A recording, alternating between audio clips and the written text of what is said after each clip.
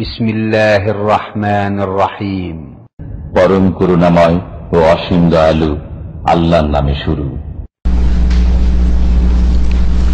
আসসালামু আলাইকুম ওয়া রাহমাতুল্লাহি ওয়া বারাকাতুহু। আলহামদুলিল্লাহি রাব্বিল আলামিন ওয়াসসালাতু ওয়াসসালামু আলা আশরাফিল আম্বিয়া'i ওয়াল মুরসালিন নবিয়িনা মুহাম্মদ ওয়া আলা আলিহি ওয়া সাহবিহি আজমাইন ওয়া মান তাবি'আহুম বিইহসানিন ইলা ইয়াউমিদ্দিন। আম্মা বা'দু ফাআউযু বিল্লাহি মিনাশ শাইতানির রাজীম। বিসমিল্লাহির রহমানির রহিম। قال الله تعالى في القرآن الحكيم: يا أيها الناس اتقوا ربكم الذي خلقكم من نفس واحدة وخلق منها زوجها وبث منهما رجالا كثيرا ونساء واتقوا الله الذي تساءلون به والأرحام إن الله كان عليكم رقيبا. وعن ابن عمر رضي الله عنهما قال: سمعت رسول الله صلى الله عليه وسلم يقول: كلكم راع وكلكم مسؤول عن رعيته.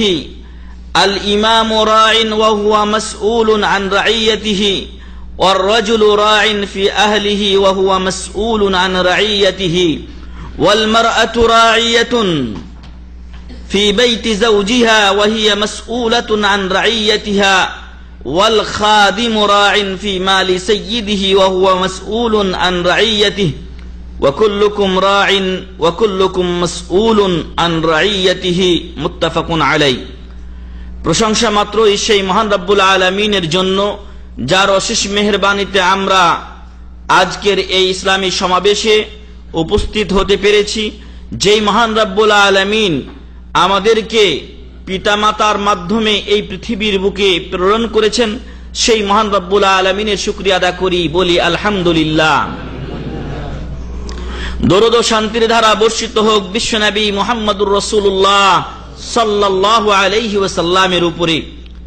সম্মানিত ভাই এবং বন্ধুগণ, আজকে আমাদের আলোচনার বিষয় হলো স্বামী স্ত্রীর অধিকার। স্বামী স্ত্রীর অধিকার। যখন আমরা স্বামী স্ত্রীর অধিকার বলবো, তখন এখানে পরস্পরের উপরে পরস্পরের অধিকারকে বোঝানো হবে। এমন নয় যে একতরফা যে শুধু স্বামীরই অধিকারের আমরা কথা বলবো, বরং স্বামীর যেরকম অধিকার রয়েছে স্ত্রীর উপরে, তেমনি স্ত্রীরও অধিকার রয়েছে স্বামীর উপরে। তার আগে আমরা বলতে চাই যে মহান রব্বুল আলামিন এই পৃথিবীতে যে সকল মানুষদেরকে পাঠিয়েছেন, তাদেরকে কয়েকটি পদ্ধতিতে আল্লাহ তাআলা প্রেরণ করেছেন। আমাদেরকে আল্লাহ তাআলা এই দুনিয়াতে সৃষ্টি করেছেন, এমনি আগে অনেক মানুষজন লোকজন এসেছেন, তাদেরকেও আল্লাহ তাআলা সৃষ্টি করেছেন। কিন্তু এই সৃষ্টি প্রক্রিয়ার মধ্যে কিছু তারতম্য দেখা যায়। যেমন আমরা খেয়াল করলে দেখতে পাই যে আদি পিতা আদম আলাইহিস সালামকে মহান রব্বুল আলামিন কোন নারী পুরুষের মাধ্যমে বিয়ে শাদী ছাড়াই নারী পুরুষের মাধ্যমে সৃষ্টি করেননি। কোন বিয়ে শাদীর তখন প্রশ্ন ছিল না, বরং আদম আলাইহিস সালামকে আল্লাহ তাআলা মাটি থেকে তৈরি করেছেন। মহান রব্বুল আলামিন আদম আলাইহিস সালামকে সৃষ্টির পরে সবকিছুর নাম শিক্ষা দিলেন এবং ফেরেশতাদেরকে বললেন যে তোমরা এই নামগুলোর আমাকে সংবাদ দাও, তথ্য দাও। তারা অপারগ হয়ে গেলেন। তখন আদম আলাইহিস সালামকে জিজ্ঞাসা করা হলে তিনি সেগুলোর সংবাদ দিয়ে দিলেন তাদেরকে। আল্লাহ তাআলা ফেরেশতাদেরকে বললেন, উসজুদু লি আদম, আদম আলাইহিস সালামকে তোমরা সকলে সিজদা করো। ফাসাজাদু ইল্লা ইবলিস, সকলেই সিজদা করলো, শুধু একজন ব্যতীত, সে ছিল ইবলিস, শয়তান। তাকে যখন মহান রব্বুল আলামিন জিজ্ঞাসা করলেন, ক্বালা মা মানাআকা আন তাসজুদা লিমা খালাকতু বিয়াদাই, কোন জিনিসে তোমাকে আদম আলাইহিস সালামকে সিজদা করতে বাধা দিল, নিষেধ করলো, যাকে আমি নিজের দুই হাত দিয়ে সৃষ্টি করেছি। লিমা খালাকতু বিয়াদাই, ইয়াদুন মানে এক হাত, আর ইয়াদাই মানে দুই হাত। দুই হাত দিয়ে আমি যাকে সৃষ্টি করেছি তাকে তোমাকে সিজদা করতে কিসে বাধা দিল? তখন ইবলিস বলেছিল, আনা খায়রুম মিনহু, আমি তার থেকে ভালো, উত্তম তার থেকে। কেন উত্তম? খালাকতানি মিন নার, আল্লাহ তাআলা আপনি আমাকে আগুন থেকে তৈরি করেছেন। আগুনের গতি হচ্ছে উপরের দিকে, ঊর্ধ্বগতিতে চলে আগুন, আগুন নিচে চলে না। আর ওয়া খালাকতাহু মিন তিন, আর আদম আলাইহিস সালামকে আপনি সৃষ্টি করেছেন মাটি থেকে, আর মাটির গতি হচ্ছে নিম্ন দিকে, অতএব আনা খায়রুম মিনহু, আমি তার থেকে উত্তম। তাই এই ইবলিস আদম আলাইহিস সালামকে সিজদা করেনি। বুঝতে পারলাম যে আদম আলাইহিস সালামকে আল্লাহ তাআলা সৃষ্টি করেছেন কি থেকে? মাটি থেকে। আর ওনার কোনো পিতা মাতা কোনো কিছুই ছিল না। আল্লাহ তাআলা তাকে প্রথম মানুষ হিসেবে, মানব হিসেবে সৃষ্টি করেছেন মাটির দ্বারা। যে কথা বলছিলাম, তাহলে আদম আলাইহিস সালামের যে সৃষ্টি রহস্য, তাতে আমরা পাই যে কোনো পিতা মাতা ছাড়া, কোনো নারী পুরুষ ছাড়া আল্লাহ তাআলা শুধু মাটি থেকে তাকে সৃষ্টি করেছেন। এরপরে আসুন যে তারপরে আসলেন তার স্ত্রী হাওয়া আলাইহাস সালাম। মহান রব্বুল আলামিন এই হাওয়াকে তৈরি করলেন, সৃষ্টি করলেন কার থেকে? আদম আলাইহিস সালাম থেকে। মহান রব্বুল আলামিন এই ঘটনায় চমৎকার করে বর্ণনা করেছেন সূরাতুন নিসার 1 নম্বর আয়াতে। সেখানে মহান রব্বুল আলামিন বলছেন, বিসমিল্লাহির রহমানির রহিম, ইয়া আইয়ুহান নাসু ইত্তাকু রাব্বাকুমুল্লাযী খালাকাকুম মিন নাফসিন ওয়াহিদাহ। ইয়া আইয়ুহান নাস, হে মানব সকল। এখানে মহান রব্বুল আলামিন শুধু মুমিনদেরকে, শুধু কোনো বিশেষ জাতিকে নির্ধারণ করেননি বা সম্বোধন করেননি, বরং বলছেন ইয়া আইয়ুহান নাস, হে মানব সকল। ইত্তাকু রাব্বাকুম, তোমরা তোমাদের সেই রবকে ভয় করো, সেই রবের আযাব থেকে বেঁচে থাকার চেষ্টা করো। আল্লাযী খালাকাকুম, যিনি তোমাদেরকে সৃষ্টি করেছেন, মিন নাফসিন ওয়াহিদা, একটা আত্মা থেকে, একটা ব্যক্তি থেকে, একটা জীবন থেকে। আর তিনি হলেন আদম আলাইহিস সালাম। পৃথিবীতে কেউ ছিলেন না, ছিলেন কে? আল্লাহ তাআলা সৃষ্টি করলেন যখন, প্রথম সৃষ্টি করলেন আদমকে, এবং এই আদম থেকেই পরবর্তী নসল আল্লাহ তাআলা সৃষ্টি করেছেন। বলছেন আল্লাহ তাআলা, আল্লাযী খালাকাকুম মিন নাফসিন ওয়াহিদা, সেই মহান রব্বুল আলামিনকে তোমরা ভয় করো, যিনি তোমাদেরকে এক নফস, এক আত্মা, এক ব্যক্তি আদম আলাইহিস সালাম থেকে সৃষ্টি করেছেন। আরো সৃষ্টি করেছেন কি? ওয়া খালাকা মিনহা যাওজাহা, ওই একটা নফস থেকে আল্লাহ তাআলা তার স্ত্রীকে অর্থাৎ হাওয়া আলাইহিস সালামকে সৃষ্টি করেছেন। ওয়া বাসসা মিনহুমা রিজালান কাসীরান ওয়া নিসা, এবং এই দুইজন থেকে, আদম ও হাওয়া থেকে আল্লাহ তাআলা অনেক নারী ও পুরুষ বিশ্বব্যাপী কি করেছেন? ছড়িয়ে দিয়েছেন। ওয়া বাসসা, এবং ছড়িয়ে দিয়েছেন মহান রব্বুল আলামিন, বিস্তৃত করে দিয়েছেন। মিনহুমা, ওই দুইজন থেকে। একটা প্রথমে নফস ছিল, তার থেকে তার স্ত্রীকে তৈরি করা হলো, অর্থাৎ আদম থেকে হাওয়াকে তৈরি করা হলো, এবং ওই দুজনের মাধ্যমে মহান রব্বুল আলামিন বাসসা মিনহুমা রিজালান কাসীরান ওয়া নিসা, অনেক পুরুষ এবং অনেক নারীকে আল্লাহ তাআলা বিশ্বব্যাপী বিস্তার করে দিলেন।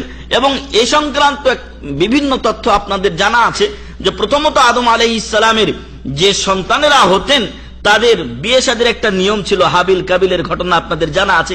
সেভাবে তখন বংশ বিস্তার হতো। পরবর্তীতে আস্তে আস্তে আমরা এই পর্যায়ে এসে পৌঁছেছি। মহান রব্বুল আলামিন বললেন যে ওয়া বাসসা মিনহুমা রিজালান কাসীরান ওয়া নিসা ওয়াত্তাকুল্লাহাল্লাযী তাসাআলুনা বিহি ওয়াল আরহাম, তোমরা সেই আল্লাহকে ভয় করো, যে আল্লাহর দোহাই দিয়ে তোমরা একজন আরেকজনের কাছে কোনো জিনিস চেয়ে থাকো বা তলব করে থাকো। আমরা অনেক সময় সৌদিদেরকে বলতে দেখি বা শুনি, এবং আমরাও এখন শিখে গেছি বিল্লাহি আলাইক, আল্লাহর দোহাই দিয়ে আমি তোমার কাছে চাচ্ছি। আসআলুকা বিল্লাহ, আল্লাহর দোহাই দিয়ে আমি তোমার কাছে এই জিনিসটা চাই। তো এই যে আল্লাহর দোহাই দিয়ে, যেই আল্লাহর দোহাই দিয়ে আমরা চাই, সেই আল্লাহকে তোমরা কি করো? ভয় করো। আমরা আমাদের গ্রামাঞ্চলের দৃশ্যের দিকে যদি তাকাই, তাহলে দেখতে পাবো ফকির মিসকিন যারাই ভিক্ষা করতে আসে, তারা এসে প্রথমে কি বলে? লা ইলাহা ইল্লাল্লাহ মুহাম্মাদুর রাসূলুল্লাহ। রে বাবারে, কি মানে প্রথমে ও আল্লাহর দোহাই দিচ্ছে। তো যাই হোক, ওয়াত্তাকুল্লাহাল্লাযী তাসাআলুনা বি, সেই আল্লাহর দোহাই, যে আল্লাহর দোহাই দিয়ে তোমরা পরস্পর চাও একজন আরেকজনের কাছে কোন জিনিস, সেই আল্লাহকে তোমরা ভয় করো। ওয়াল আরহাম, এবং আত্মীয়তার সম্পর্ককে তোমরা ভয় করো, এটাকে তোমরা ছিন্ন করে দিও না। আজকে আমরা আল্লাহর ভয়ও আমাদের অন্তর থেকে প্রায় উঠে যাওয়ার মতো, আর কিছু সংখ্যক লোক যারা আমরা ধরে রাখতে চেষ্টা করছি আল্লাহর ভয়, তাও সেটাও মিটিমিটি করছে। আর যাদের নাই ওরা তো দুনিয়ার যত অন্যায় আছে তা করতে দ্বিধা করে না। আর এই তাকওয়া পরহেজগারিতাই হচ্ছে সব কিছুর মূল। এজন্য যে আল্লাহর ভয় যদি অন্তরে সৃষ্টি না হয়, তাহলে মানুষ কোনো অন্যায় করতে দ্বিধা করে না, অন্যায় করতে তার সামনে কোনো বাধা থাকে না। মানুষের মাঝে যখন তাকওয়া থাকে, পরহেজগারিতা থাকে, তখন সে বিভিন্ন অন্যায় থেকে, বিভিন্ন দুর্নীতি থেকে দূরে থাকে, কারণ তার অন্তরে ভয় আছে যে কিয়ামতের দিন এর জন্য আমাকে আল্লাহর কাছে জবাবদেহি করতে হবে। সম্মানিত ভাই এবং বন্ধুগণ, তো মহান রব্বুল আলামিনকে ভয় করতে হবে, ভয় করতে হবে আত্মীয়তার সম্পর্ককে। আজকে বর্তমান বিশ্বে এমন অবস্থা হয়েছে যে আমরা আত্মীয়তার সম্পর্ক রক্ষা করি শুধু যারা আমাদের সাথে রক্ষা করে তাদের সাথে। কেউ যদি আপনার সাথে লেনদেন অব্যাহত রাখে, চলাফেরা অব্যাহত রাখে, তাহলে আপনি তার সাথে লেনদেন করেন। আর একজন আছে যে আপনার সাথে তেমন সম্পর্ক রাখে না, আপনিও তার সাথে রাখেন না। না, এটা আত্মীয়তার সম্পর্ক রক্ষা নয়। এটাকে বলা হয়েছে হাদিসের ভাষায় মুকাফা, অর্থাৎ বদলা দিলেন আপনি। ও আপনার সাথে রক্ষা করে, আপনি তার সাথে রক্ষা করেন। কিন্তু আপনি যদি সত্যিকার অর্থে আত্মীয়তার সম্পর্ক রক্ষাকারী হন, তাহলে আপনি যে আপনার সাথে সম্পর্ক ছিন্ন করে তার সাথে আপনি রক্ষা করবেন, আর যে আপনাকে বঞ্চিত করে আপনি তাকে দিবেন। এজন্য আল্লাহ রাসূল সাল্লাল্লাহু আলাইহি ওয়াসাল্লাম বলেছেন, সিল মান কাতাক, সিল মান কাতাক, যে আপনার সাথে সম্পর্ক ছিন্ন করে আপনি তার সাথে সম্পর্কটা জোড়া লাগান। ওয়াতি মান হারামাক, আর যে আপনাকে বঞ্চিত করে আপনি তাকে দান করুন। যে আপনাকে বঞ্চিত করে আপনি তাকে দান করুন। এবং অনেক সময় আমরা দেখি যে কেউ যদি আমাকে কোনো একটা জিনিস না দেয়, তাহলে আমি খেয়াল করে রাখি, আমার কোনো জিনিস দেওয়ার যখন কথা উঠে বা সময় আসে, তখন আমি ওকে বঞ্চিত করে দিয়ে কি করি, বুঝিয়ে দেই, তুই আমাকে দিসনি, দেখ তার ঠেলা, আমিও তোকে দেব না। এই হিংসা হিংসি রেশারেশির পর্যায়ে আমরা সকলে আজকে চলে গেছি, যার ফলে আমাদের রাজনৈতিক অঙ্গন আজকে উত্তপ্ত এবং গরম হয়ে উঠেছে। কেউ কাউকে সহ্য করতে পারে না, অথচ বহির্বিশ্ব খ্রিস্টান, ইহুদি, তাদেরকে দেখেন যে সরকারি দল আর বিরোধী দল সবাই একসাথে মিলে একটা দেশের উন্নতির জন্য কাজ করছে। কিন্তু আমাদের দেশে এটা হয়নি, কারণ আমরা মুসলমান। মুসলমানদের মাঝে মারামারি, হিংসা, বিদ্বেষ এগুলো আজকে বেশি ছড়িয়ে পড়েছে। এটা বহির্শক্তির একটা যেরকম চক্রান্ত আছে, মুসলমানদের দিন থেকে সরে যাওয়া তার চাইতে বড় একটা অন্যতম কারণ। প্রিয় ভাই এবং বন্ধুগণ, আসুন আমরা পরস্পরের সম্পর্ক, বিশেষ করে আত্মীয়তার সম্পর্কের কথা একটু আগে যেটা বলা হয়েছে যে আল্লাহ তাআলা স্বামী স্ত্রীর মাধ্যমে আল্লাহ তাআলা কি করলেন, পৃথিবীব্যাপী আদম ও হাওয়া স্বামী স্ত্রী হয়ে গেলেন, এবং তাদের মাধ্যমে বিশ্বব্যাপী অসংখ্য নারী পুরুষের বিস্তার ঘটলো এবং প্রচার ঘটলো।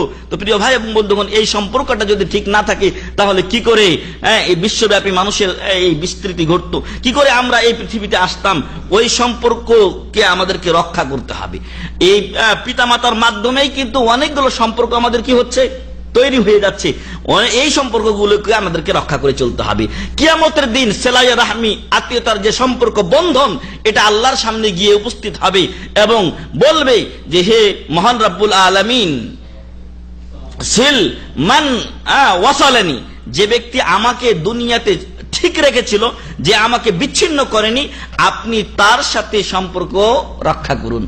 আর যে আমার ওয়াক্তা মান কাতানি, দুনিয়ার জমিনে যে আমার সাথে সম্পর্ক রাখে নাই, যে আত্মীয়তার সম্পর্ক ছিন্ন করেছে, আপনি আজকে তার সাথে সম্পর্ক ছিন্ন করুন। আল্লাহু আকবার। এজন্য মহান রব্বুল আলামিন বলছেন, ওয়াত্তাকুল্লাহাল্লাযী তাসাআলুনা বিহি ওয়াল আরহাম, এবং তোমরা আত্মীয়তার সম্পর্ককে ছিন্ন করা থেকে আল্লাহকে ভয় করো। ইন্নাল্লাহা কানা আলাইকুম রাকিবা, নিশ্চয় মহান রব্বুল আলামিন তোমাদের সবকিছুই পর্যবেক্ষণ করছেন। মুরাকাবা, ধ্যানে থাকা মানে কি, ওইটাকে নিজের নজরে সব সময় রাখা।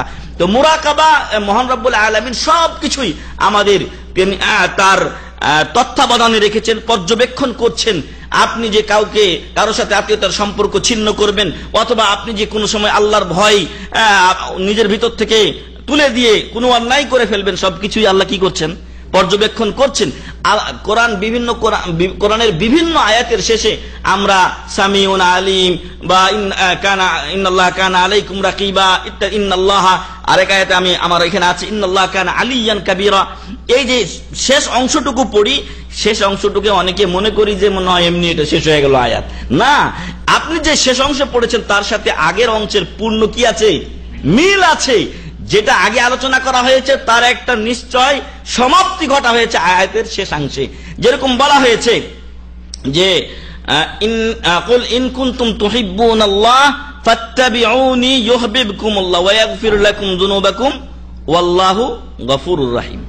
যখন বলা হয়েছে ফাত্তাবিউনি ইউহিব্বুকুমুল্লাহ ওয়া ইয়াগফির লাকুম যুনুবাকুম, তাহলে যা ক্ষমা করতে তিনি পারেন যিনি গফুর।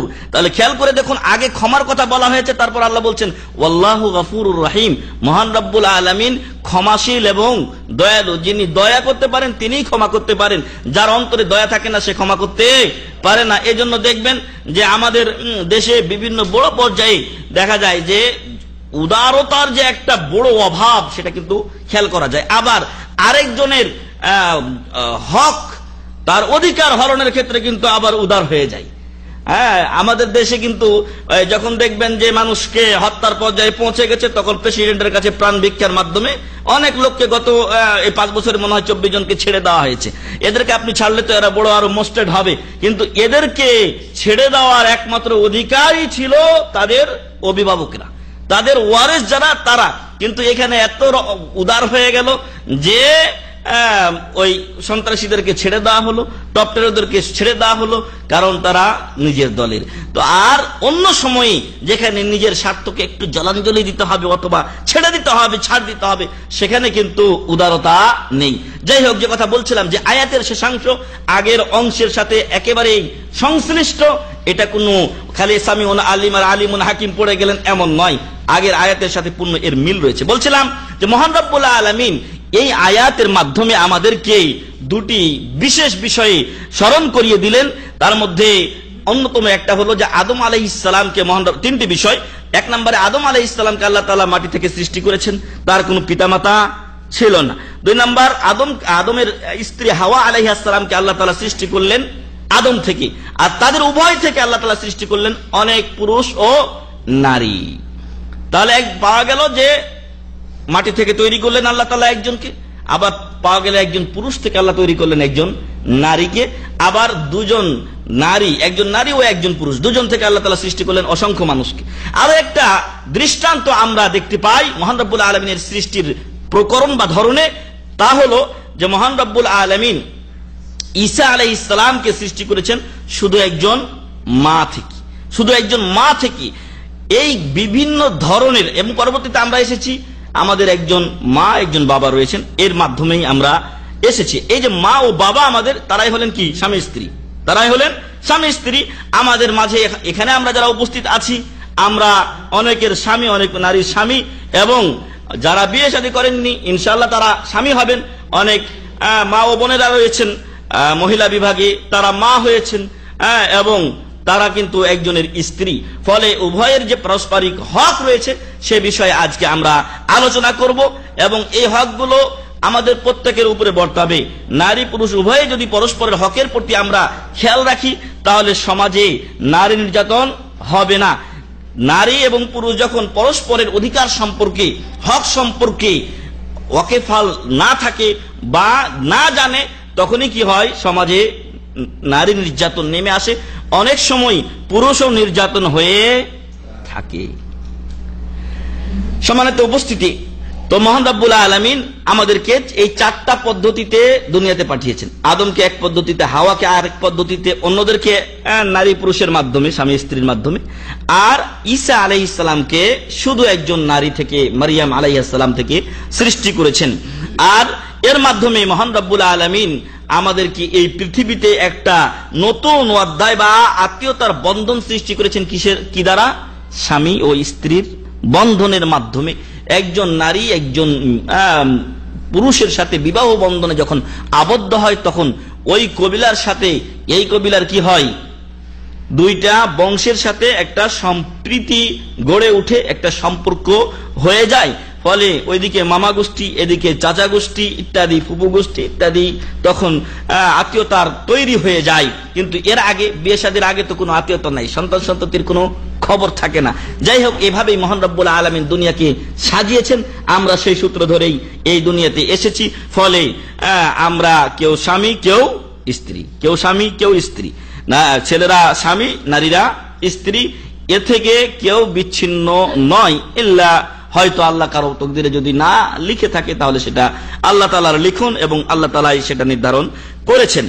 এক্ষণে আমরা বলবো যে স্বামী এবং স্ত্রী উভয়ের পরস্পরের উপরে অধিকার রয়েছে। এমন নয় যে শুধু স্বামী চিন্তা ভাবনা করবে, স্ত্রী সবসময় আমার খেদমত করবে, আমার যাবতীয় কাজ কর্ম ইত্যাদি তৈরি করে দিবে বা আগে থেকে রেডি করে প্রস্তুত করে রাখবে, আর আমি কিছুই করব না। না, আমি যেরকম আশা করছি তার কাছ থেকে অনুরূপ তারও কিছু অধিকার আছে আমার উপরে। প্রথমেই আমরা বলবো যে স্বামীর অধিকার স্ত্রীর উপরে, স্বামীর অধিকার স্ত্রীর উপরে। প্রথমত স্বামীর কিছু অধিকার রয়েছে তার স্ত্রীর উপরে, পরে আমরা বলবো ইনশাআল্লাহ যে স্ত্রীরও কিছু অধিকার আছে। স্ত্রীর উপরে স্বামীর অধিকার হলো, যেহেতু স্বামী স্ত্রীকে বিয়ে করে নিয়ে আসছে এবং যাবতীয় ভরণ ও পোষণের দায়িত্ব কার? স্বামীর। ফলে স্বামীর এক নাম্বার অধিকার হলো স্ত্রীর উপরে, যে যখন স্ত্রী তার ঘরে আসবে তখন স্বামীর কি করবে? আনুগত্য করবে। স্বামীর আনুগত্য করবে ফি গায়রি মাসিয়াতিল্লাহ, যেই কাজে আল্লাহর অবাধ্যতা হয় না সেই কাজে। অর্থাৎ স্বামী যদি বলে স্ত্রীকে যে আমাকে সেজদা করো, স্বামী যদি বলে যে তুমি শিরক করো, স্বামী যদি বলে যে তুমি বেদাত করো, তাহলে এই কাজে তার আনুগত্য করা যাবে না। কিন্তু যে পর্যন্ত স্বামী লাইনে থাকে সে পর্যন্ত তার কথা মেনে চলা স্ত্রীর জন্য আবশ্যক। অবশ্যই তাকে মেনে চলতে হবে স্বামীর কথা। মহান রব্বুল আলামিন বলছেন, ফাইন আতা'নাকুম ফালা তাবগু আলাইহিন্না সাবিলা, মহিলারা যদি তোমাদের আনুগত্য করে চলে, কথা মেনে চলে, তাহলে ওদের বিরুদ্ধে আর লাগতে যেও না,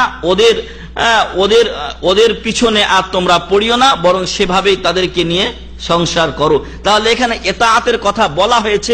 তাহলে এক নাম্বার দায়িত্ব হচ্ছে স্ত্রীর এবং স্বামীর হক যে স্ত্রী স্বামীর আনুগত্য করবে। কোন কাজে? যেই কাজে আল্লাহর অবাধ্যতা থাকে না। কারণ রাসূল সাল্লাল্লাহু আলাইহি ওয়াসাল্লাম বলছেন যে লা তাআতা লিমাখলুকিন ফি মাসিয়াতিল খালিক, স্রষ্টার অবাধ্য হয় এমন কোন কাজে সৃষ্টির কোন আনুগত্য করা যাবে না, সে যেই হোক না কেন। সূরাতুন নিসা 34 নম্বর আয়াত, রাসূল সাল্লাল্লাহু আলাইহি ওয়াসাল্লাম তিনি বলছেন, ইযা দা'আর রাজুলু ইমরাআতাহু ইলা ফিরাশিহি, যখন পুরুষ তার স্ত্রীকে বিছানায় আহ্বান করে, ফালাম তা'তিহি, কিন্তু স্ত্রী আসে না, স্বামী তাকে ডাকছে কাছে কিন্তু স্ত্রী আসছে না, ফাবাতা গাদবানা আলাইহা, স্বামী রাত্রি যাপন করলো স্ত্রীর উপরে রাগান্বিত অবস্থায়, লানাতাল মালাইকাতু হাত্তা তুসবিহা, এই মহিলা সকাল হওয়া পর্যন্ত ফেরেশতারা তাকে কি করতে থাকে? অভিশাপ দিতে থাকে, নাউযুবিল্লাহি মিন যালিক। তাহলে এই স্ত্রীর উচিত কি? স্বামীর ডাকে সাড়া দেওয়া, এবং এটাই একটা স্বাভাবিক স্বামী স্ত্রীর সম্পর্কের আবেদন, যে আপনার প্রয়োজনে সে সাড়া দিবে আর তার প্রয়োজনে আপনি সাড়া দেবেন। মুত্তাফাকুন আলাই, বুখারী ও মুসলিমের হাদিস। আর এক হাদিসে বলা হয়েছে, রাসূল সাল্লাল্লাহু আলাইহি ওয়াসাল্লাম বলছেন, লাউ কুনতু আমিরান আহাদান আন ইয়াসজুদা লি আহাদিন লা আমারতুল মারআতা আন তাসজুদা লি যাওজিহা, আমি যদি কাউকে অপরের জন্য সিজদা করার অনুমতি দিতাম, তাহলে আমি মহিলাকে বলতাম তুমি তোমার স্বামীকে সিজদা করো। আল্লাহু আকবার। অর্ডার আল্লাহ ছাড়া কারো জন্য নেই। ওয়া আন্নাল মাসাজিদা লিল্লাহ ফালা তাদউ মা'আল্লাহি আহাদা, মসজিদ আল্লাহর, অতএব আল্লাহর সাথে আর কাউকে ডাকা যাবে না, সিজদা করা যাবে না। সেহেতু মহান রব্বুল আলামিনের রাসূল মুহাম্মদ সাল্লাল্লাহু আলাইহি ওয়াসাল্লাম এই আদেশ দেননি। তাহলে স্বামীকে এতটুকু মর্যাদা রাসূল সাল্লাল্লাহু আলাইহি সাল্লাম দিয়েছেন যে যদি সেজদা করার অনুমতি কাউকে থাকতো মানুষদের ভিতরে, তাহলে সে হতো স্ত্রী যেন স্বামীকে সেজদা করে। তো আমাদের যারা মা ও বোন রয়েছেন, যারা স্ত্রীরা রয়েছেন, তাদের উচিত স্বামীর কথাগুলো মেনে চলা, যদি সেটা অন্যায় কোনো কথা না হয়, শরীয়তের বাইরে বা শরীয়ত বিরোধী না হয়। রাওয়াহু আবু দাউদ ওয়াল হাকিম ওয়া সাহহাহু তিরমিজি। আবু দাউদ এবং হাকিমে হাদিসটি রয়েছে। ইমাম তিরমিজি রাহমাতুল্লাহ আলাইহি হাদিসটিকে সহিহ বলে উল্লেখ করেছেন। তাহলে এক নম্বরে আমরা জানতে পারলাম যে স্বামীর অধিকার হলো স্ত্রীর উপরে, স্ত্রী তার কথাগুলো মেনে চলবে। কতক্ষণ পর্যন্ত? যতক্ষণ অন্যায় কোনো আবেদন না করেছে, অন্যায় কোনো আদেশ না দিয়েছে। যখন কোনো অন্যায় আদেশ দিবে, শরীয়ত বিরোধী কোনো কথা বলবে, তখন স্ত্রী তার কথা মানতে বাধ্য নয়। অতএব স্বামী, আপনি খেয়াল করে দেখুন যে আপনার স্ত্রীকে আপনি কোন বিষয়ে আদেশ করছেন, কোন বিষয়ে আপনি হুকুম দিচ্ছেন। যদি আপনার হুকুম ওয়ার্ডার ভুল হয়, তাহলে আপনার স্ত্রীকে কোনো কথা বলার আপনার অধিকার নেই, বরং আপনার স্ত্রীর অধিকার আছে আপনার আবেদন প্রত্যাখ্যান করার। বরং যদি আল্লাহ বিরোধী হয়, শরীয়ত বিরোধী হয়, তখন তার এটাই কর্তব্য। এক নাম্বার গেল। দুই নাম্বার হচ্ছে সিয়ানাতু আরদিজ যাওজি ওয়াল মুহাফাজাতু আলা শারাফিহা ওয়া রিআয়াতি মালিহি ওয়া ওয়ালাদিহি ওয়া সাইরি শুউনি মানজিলিহি লিকাউলিহি তাআলা।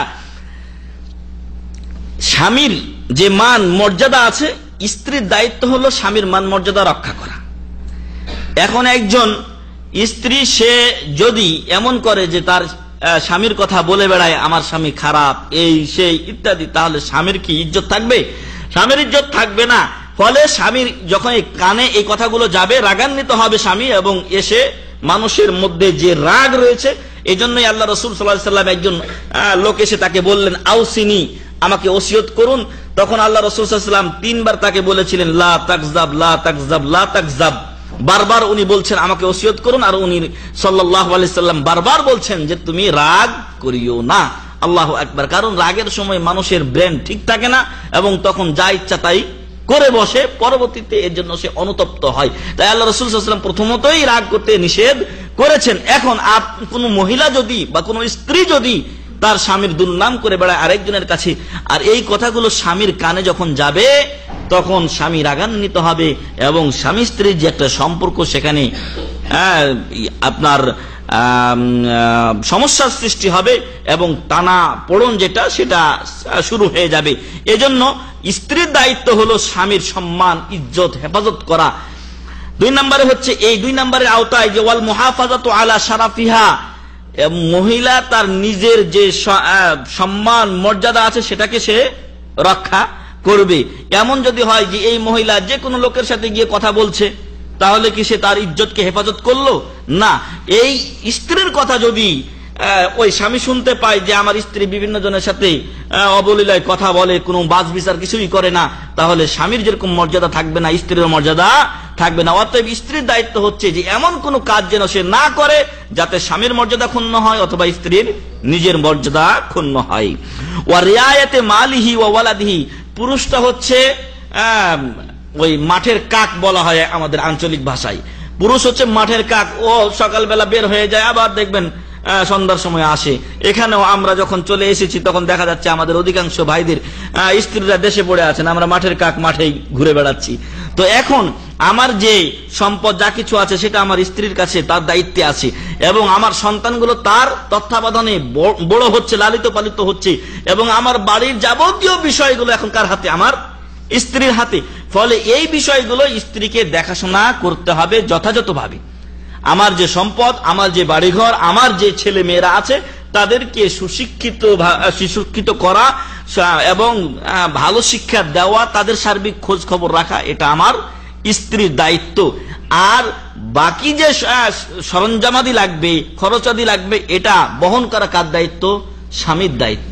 ফলে স্ত্রীর দায়িত্ব হচ্ছে স্বামীর এবং নিজের ইজ্জত হেফাজত করবে, স্বামীর মাল সম্পদ হেফাজত করবে, সংরক্ষণ করবে, সন্তানদেরকে ভালোভাবে লালন পালন করবে। কিন্তু এখন কি অবস্থা হয়েছে? নারীকে নামিয়ে দিয়েছে স্বরাষ্ট্র মন্ত্রণালয়, পররাষ্ট্র মন্ত্রণালয়, সব জায়গায়। এখন ওদের সন্তান হয়ে গেছে অন্যরকম, এবং এটাই স্বাভাবিক।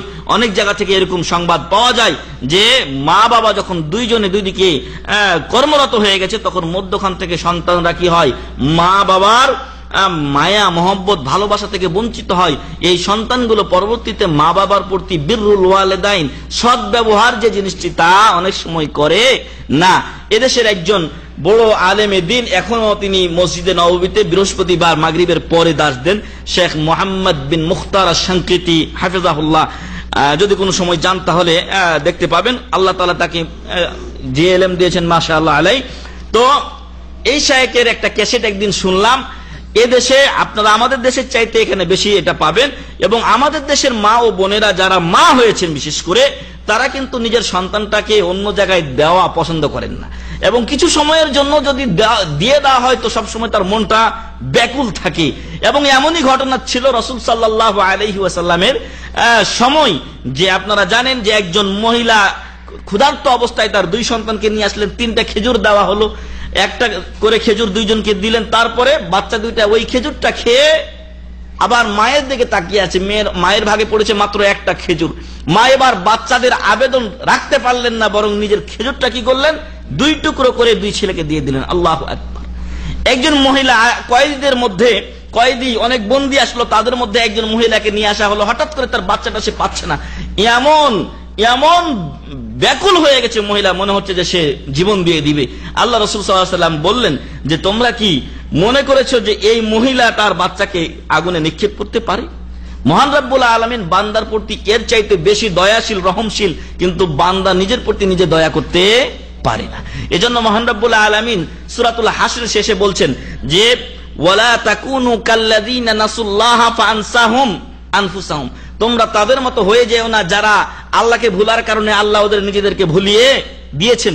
এখন যে সমস্ত লোকেরা ইবাদত বন্দেগীর সাথে সম্পর্ক নেই, এরা মূলত কার ক্ষতি করছে? তারা নিজের পায়ে নিজেই কুড়াল মারছে। এজন্য যে যদি ইবাদত বন্দেগী করতো তারা, তাহলে পরকালে তার ফল পেত, অথচ তার দুনিয়ার রিজেকে কোনো ঘাটতি হতো না।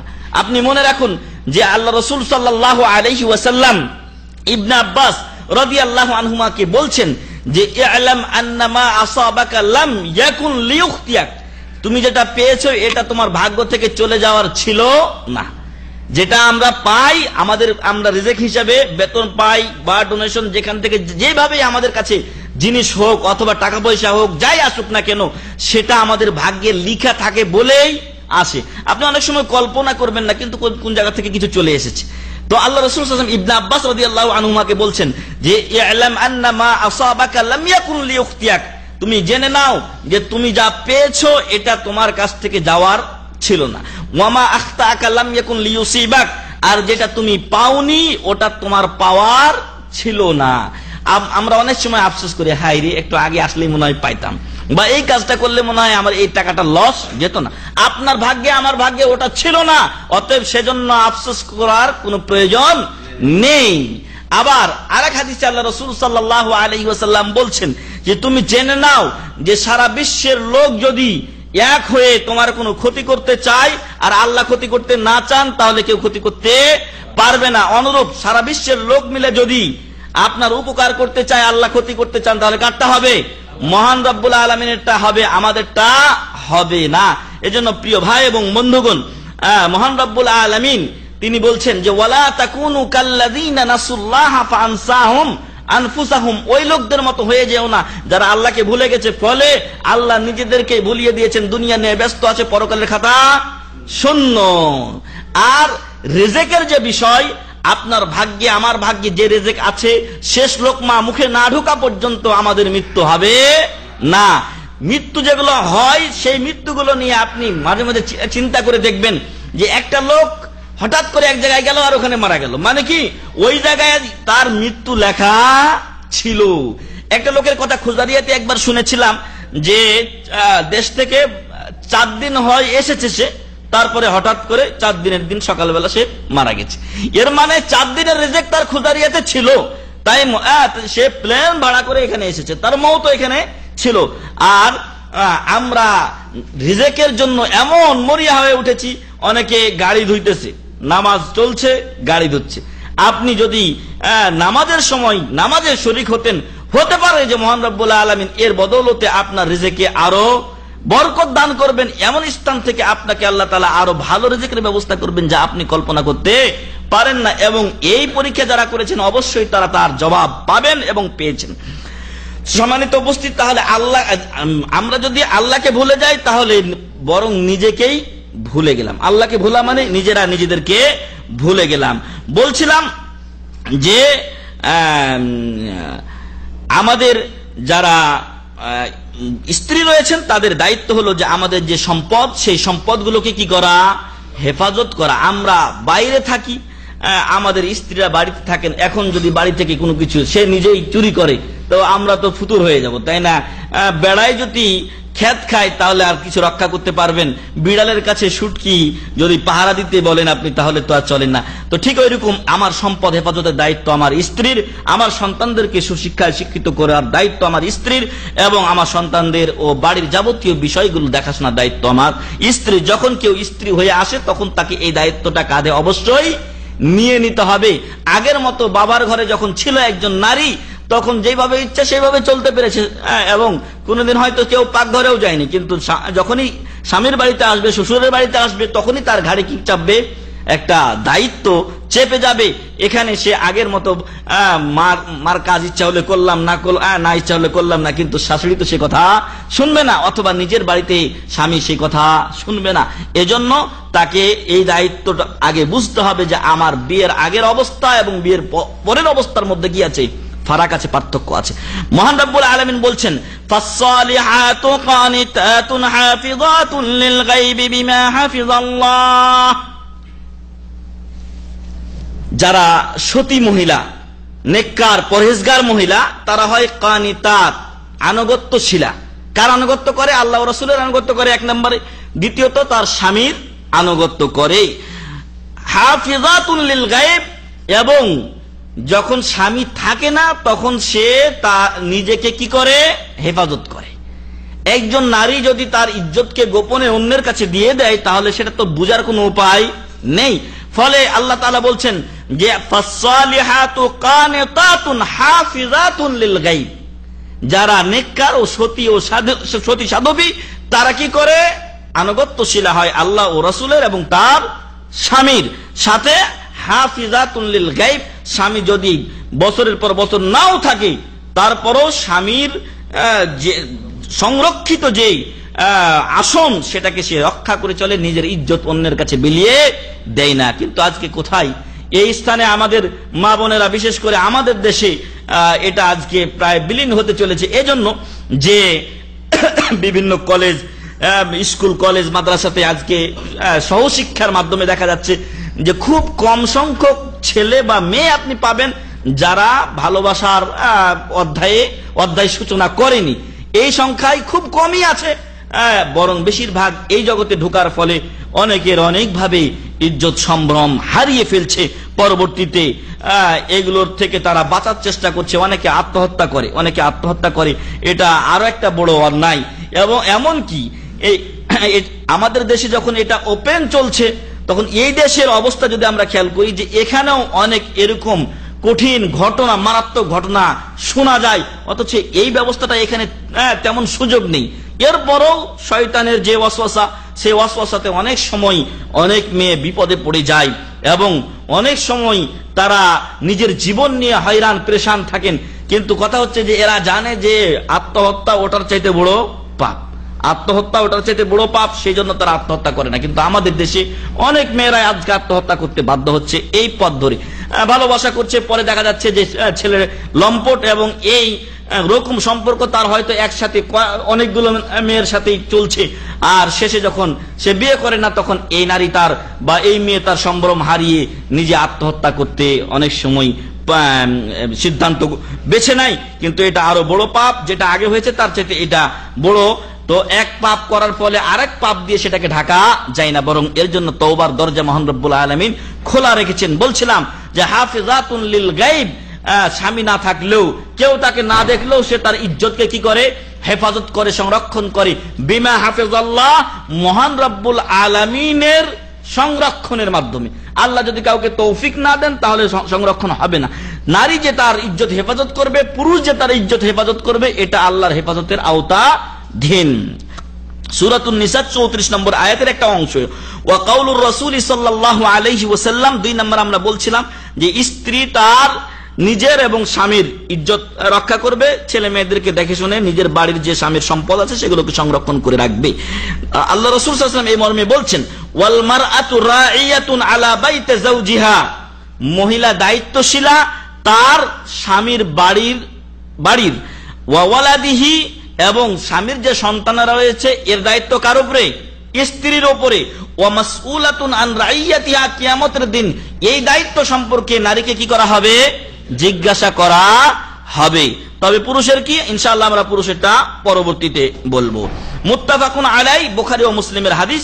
আর এক হাদিসে আল্লাহ রাসূল সাল্লাল্লাহু আলাইহি ওয়াসাল্লাম বলছেন, ফাহাক্কুকুম আলাইহিন্না আল্লা ইউতিনা ফুরুশাকুম মান তাকরাহুন, তোমাদের অধিকারের অন্যতম একটি অধিকার হলো নারীর উপরে যে সে যেন তোমার বিছানায় এমন লোককে প্রবেশ করতে না দেয় বা বসতে না দেয় যাকে তুমি অপছন্দ করো। একটা লোককে আমি অপছন্দ করি, আমার স্ত্রীর অধিকার নেই যে ওই মহিলাটা ওই পুরুষটাকে নিয়ে এসে আমার বিছানায় বসতে দিবে বা আমার বাড়িতে তাকে প্রবেশের অনুমতি দেবে। ওয়ালা ইয়াযান্না ফি বুয়ুতিকুম লিমান তাকরাহুন, এই কথাটা আমরা অলরেডি বলে ফেললাম যে ওয়ালা ইয়াযান্না, এবং অনুমতি দিবে না, ফি বুয়ুতিকুম তোমাদের বাড়িতে, লিমান তাকরাহুন যাদেরকে তোমরা অপছন্দ করো। আমি যাকে পছন্দ করি না এরকম লোককে আমার বাড়িতে প্রবেশের অনুমতি দেওয়া, আমার বিছানায় বসতে দেওয়া বা শুইতে দেওয়া, এটা স্ত্রীর জন্য জায়েজ নয়। একজন স্বামীর অধিকার হচ্ছে স্ত্রীর উপরে যে সে যে লোককে এই বাড়িতে প্রবেশ করা অপছন্দ করে, স্ত্রীর দায়িত্ব হলো সে যেন তাকে এই বাড়িতে প্রবেশ করতে না দেয় বা এই ব্যাপারে সে যেন নাক না গলায়। রাওয়াহু তিরমিজি, তিরমিজির হাদিস। ওয়াকালা হাদিসুন হাসানুন সহিহ, এবং তিনি বলছেন হাদিসটি হাসান ও সহিহ। বলছিলাম যে আমাদের সমাজে কিন্তু এরকম অনেক সময় দেখা যায় যে স্বামী কোথাও বাইরে গেছে, অন্য বাড়ির পুরুষ মানুষ এসেছে, আসেন বাড়িতে আসেন, ভিতরে আসেন, বসতে দেয়, তার সাথে কথাবার্তা বলে ইত্যাদি ইত্যাদি। না, এই পরপুরুষের সাথে আপনার এরকম কথাবার্তা বলা জায়েজ নয়। 3 নম্বর অধিকার স্বামীর স্ত্রীর উপরে, লুজুমু বাইতি যাওজিহা, স্ত্রীর দায়িত্ব হলো সে স্বামীর বাড়িতে অবস্থান করবে। ফালা তাখরুজু মিনহু ইল্লা বিইযনিহি ওয়া রিদা, স্বামীর সন্তুষ্টি এবং তার অনুমতি ব্যতীত স্ত্রী যেন বাড়ি থেকে বের না হয়। অবশ্যই স্বামীর অনুমতি নিয়ে তাকে বাড়ি থেকে বের হতে হবে। এ সংক্রান্ত মহান রব্বুল আলামিন অনেক আয়াত নাজিল করেছেন, যার একটা হচ্ছে ওয়াকারনা ফি বুয়ুতিকুন্না ওয়ালা তাবাররাজনা তাবাররুজাল জাহিলিয়াতিল উলা, ওয়াকারনা ফি বুয়ুতিকুন, তোমরা তোমাদের বাড়িতে অবস্থান করবে। তাহলে মহিলার স্থান কোথায়? বাড়িতে। ওয়াকারনা ফি বুয়ুতিকুন ওয়ালা তাবাররাজনা তাবাররুজাল জাহিলিয়াতিল উলা, আর জাহিলিয়াতের যুগের, প্রথম জাহিলিয়াতের যুগের মহিলারা যেরকম বেহায়া ও বেপর্দা হয়ে ঘুরে বেড়াতো, তোমরা সেরকম ঘুরে বেড়াবে না।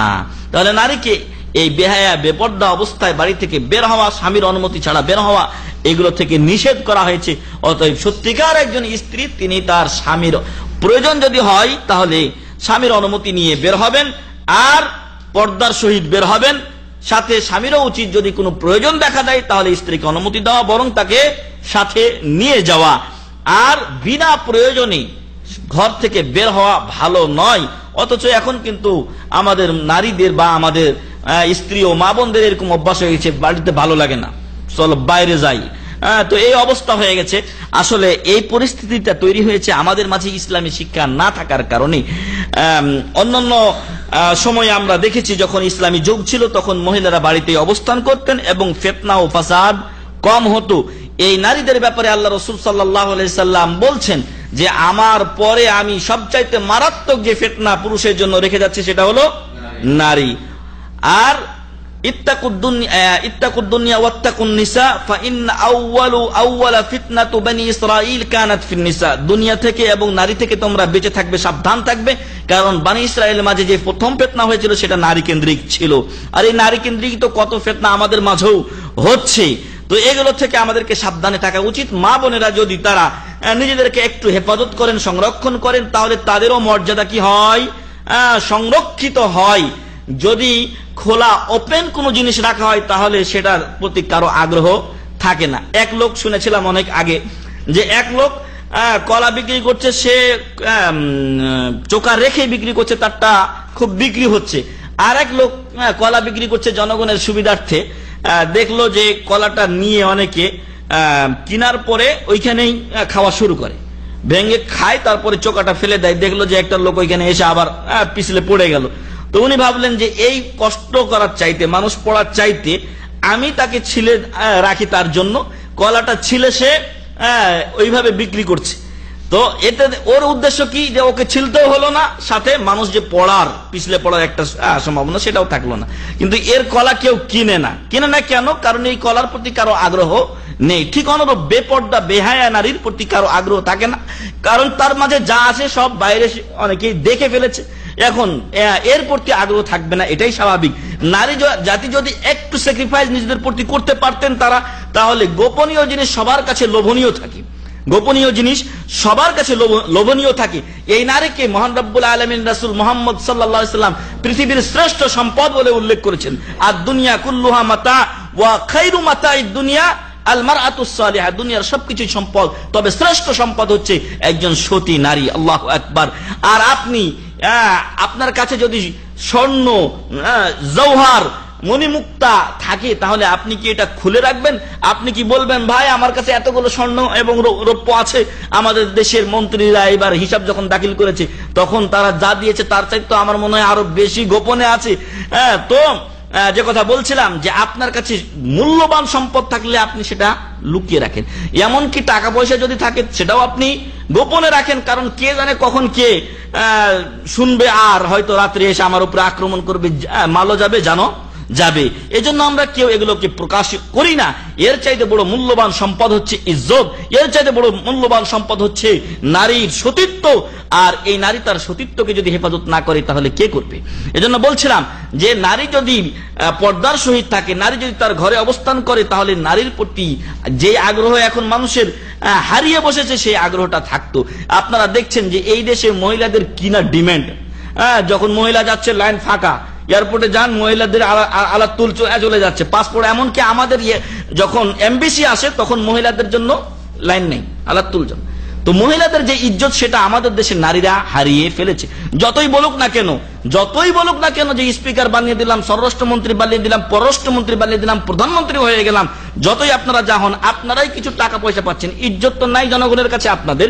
কারণ আজকেও একটা পেপারে পড়লাম যে সাবেক স্বরাষ্ট্রমন্ত্রী তিনি একটা ওই মিলাদুন নবীর মাহফিলে গেছেন, জনগণ জুতা পেটা করেছে। তো এরকম অবস্থা আমাদের প্রায়গুলোর। কারণ যখন আল্লাহর পথ বাদ দিয়ে, দিনের পথ বাদ দিয়ে মানুষ অন্যভাবে ইজ্জত তালাশ করবে, তখন মানুষ ইজ্জত দেবে না তাদেরকে।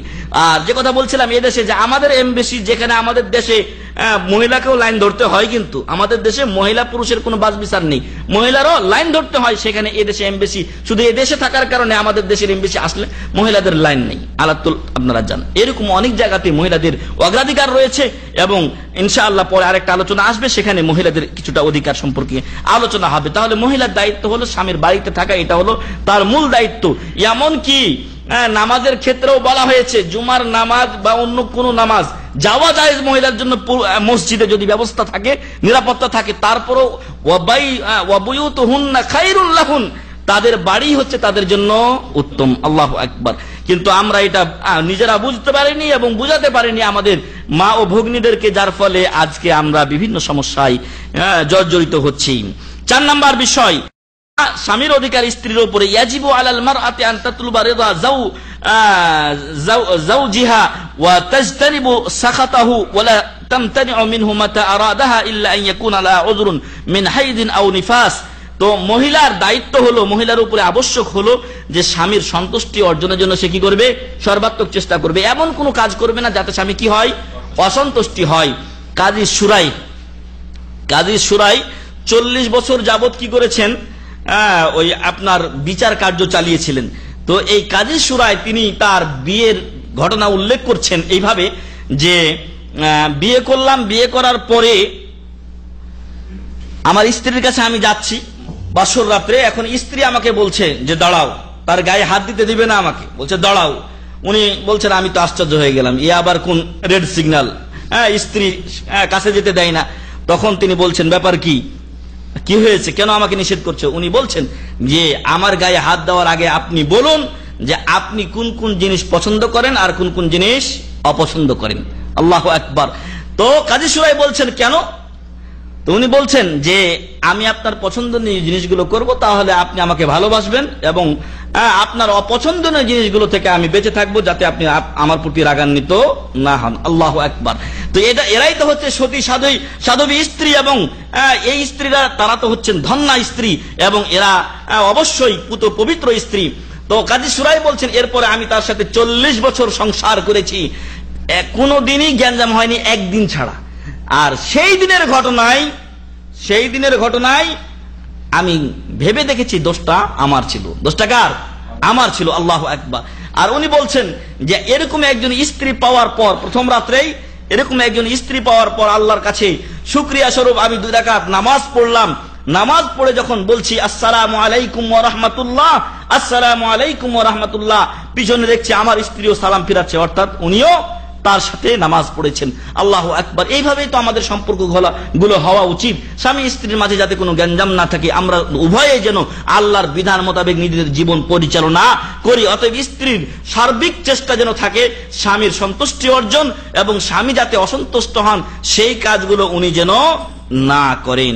এবং স্বামী যখন তাকে চায়, এর আগে এটা বলা হয়েছে, তখন যেন সে বাধা না দেয়। কোনো ওজোর থাকলে সে বাধা দিতে পারে, যেরকম মহিলাদের হায়েজ, নেফাস ইত্যাদি যে সমস্যাগুলো থাকে সেই সমস্যাগুলোর কারণে সে বাধা দিবে, এবং এই সময় পুরুষের উপরে ওয়াজিব হলো যে সে এই সময় কোনো আবেদন করবে না। মহান রব্বুল আলামিন বলছেন ফাতাজিলুন নিসাআ ফিল মাহিজ, মাসিক অবস্থায় মহিলাদের থেকে তোমরা দূরে থাকো। দূরে থাকো বলতে এরকম দূরে নয় যে ওর সাথে আপনি, ইহুদিদের অভ্যাস ছিল কিরকম, যে একটা মহিলার যদি মাসিক আসে তাহলে ওকে এক ঘরে করে রেখে দেয়, ওর সাথে আর কোনো চলাফেরা করা যাবে না, ওর পাত্রে খাওয়া যাবে না, ও আলাদা একেবারে এক ঘরে করে দেয় ওকে। এটা ছিল ইহুদিদের অভ্যাস। আল্লাহ রাসূল সাল্লাল্লাহু আলাইহি সাল্লাম এরকম কথা বলেননি, বরং তার সাথে ফাতাজিলুন নিসা ফিল মাহিজ, ওই অবস্থায় শুধু স্বামী স্ত্রীর যে মিলন সেটা করা যাবে না, বাকি সব কাজ তার সাথে করতে হবে। আপনি করতে পারবেন, তাতে কোনো বাধা নেই। বরং আয়েশা রাদিয়াল্লাহু আনহা বলছেন যে আমার এই অবস্থা হতো, আল্লাহ রাসূল সাল্লাল্লাহু আলাইহি ওয়াসাল্লাম আমার সাথে সবকিছুই করতেন, এমন কি আমি যে জায়গায় গ্লাসে পানি মুখ লাগিয়ে পানি পান করতাম, আল্লাহ রাসূল সাল্লাল্লাহু আলাইহি ওয়াসাল্লাম ওই জায়গাতে মুখ লাগিয়ে পানি পান করতেন। তাহলে কোথায় ইহুদি ধর্ম আর কোথায় ইসলাম? দুইয়ের মাঝে রয়েছে বিশাল পার্থক্য।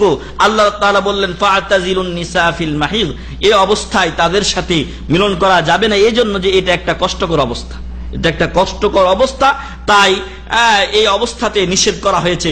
ওয়ালা তাকরাবুহুন্না হাত্তা ইয়াতহুরন, যতক্ষণ পবিত্র না হয়েছে ততক্ষণ পর্যন্ত তার এই কাজের কাছাকাছি যাওয়া যাবে না। এখানে শেখ আব্দুল্লাহ আল জারুল্লাহ উনি বলছেন যে রাহিমাহুল্লাহ, উনি ইন্তেকাল করেছেন, যে হাত্তা ইয়াতহুরনা দ্বারা বোঝা যায় যে পবিত্র হয়ে গোসল না করা পর্যন্ত স্ত্রীর সাথে কোনো মিলন করা যাবে না। অনেকে হয়তো জিজ্ঞাসা করেন যে এখনো পবিত্র হয়েছে, রক্ত বন্ধ হয়েছে, কিন্তু গোসল করেনি, এই অবস্থায় তার সাথে মিলন করা যাবে না, বরং গোসল করার পর, কারণ তখনও সে পাক না। পাক হবে কখন? যখন গোসল করবে, গোসলের পর তারপর থেকে তার সাথে স্বাভাবিক জীবন শুরু হবে। 4 নাম্বার অধিকার গেল পুরুষের। 5 নাম্বার হচ্ছে ওয়ায়ামবাগি লিল মারআতি আন তা'রিফা আন্নাহা কাল মামলুকি লিজ-যাওজি ফালা তাতাসাররাফ ফি নাফসিহা ওয়ালা ফি মালিহি ইল্লা বিইذনিহি। মহিলাকে জানতে হবে যে তিনি তার স্বামীর অধীনস্থ, তাই না? স্ত্রী স্বামীর অধীনস্থ, অতএব নিজের ইচ্ছায় স্বামীর টাকা পয়সাকে যেখানে সেখানে দান করে দেওয়া, কাউকে দিয়ে দেওয়া, এটা যেন তিনি না করেন, এবং নিজে যেখানে সেখানে যত্রতত্র যখন তখন ইচ্ছা চলে যাবে এরকম যেন না করে। কারণ উনি এখন কার আওতাধীন?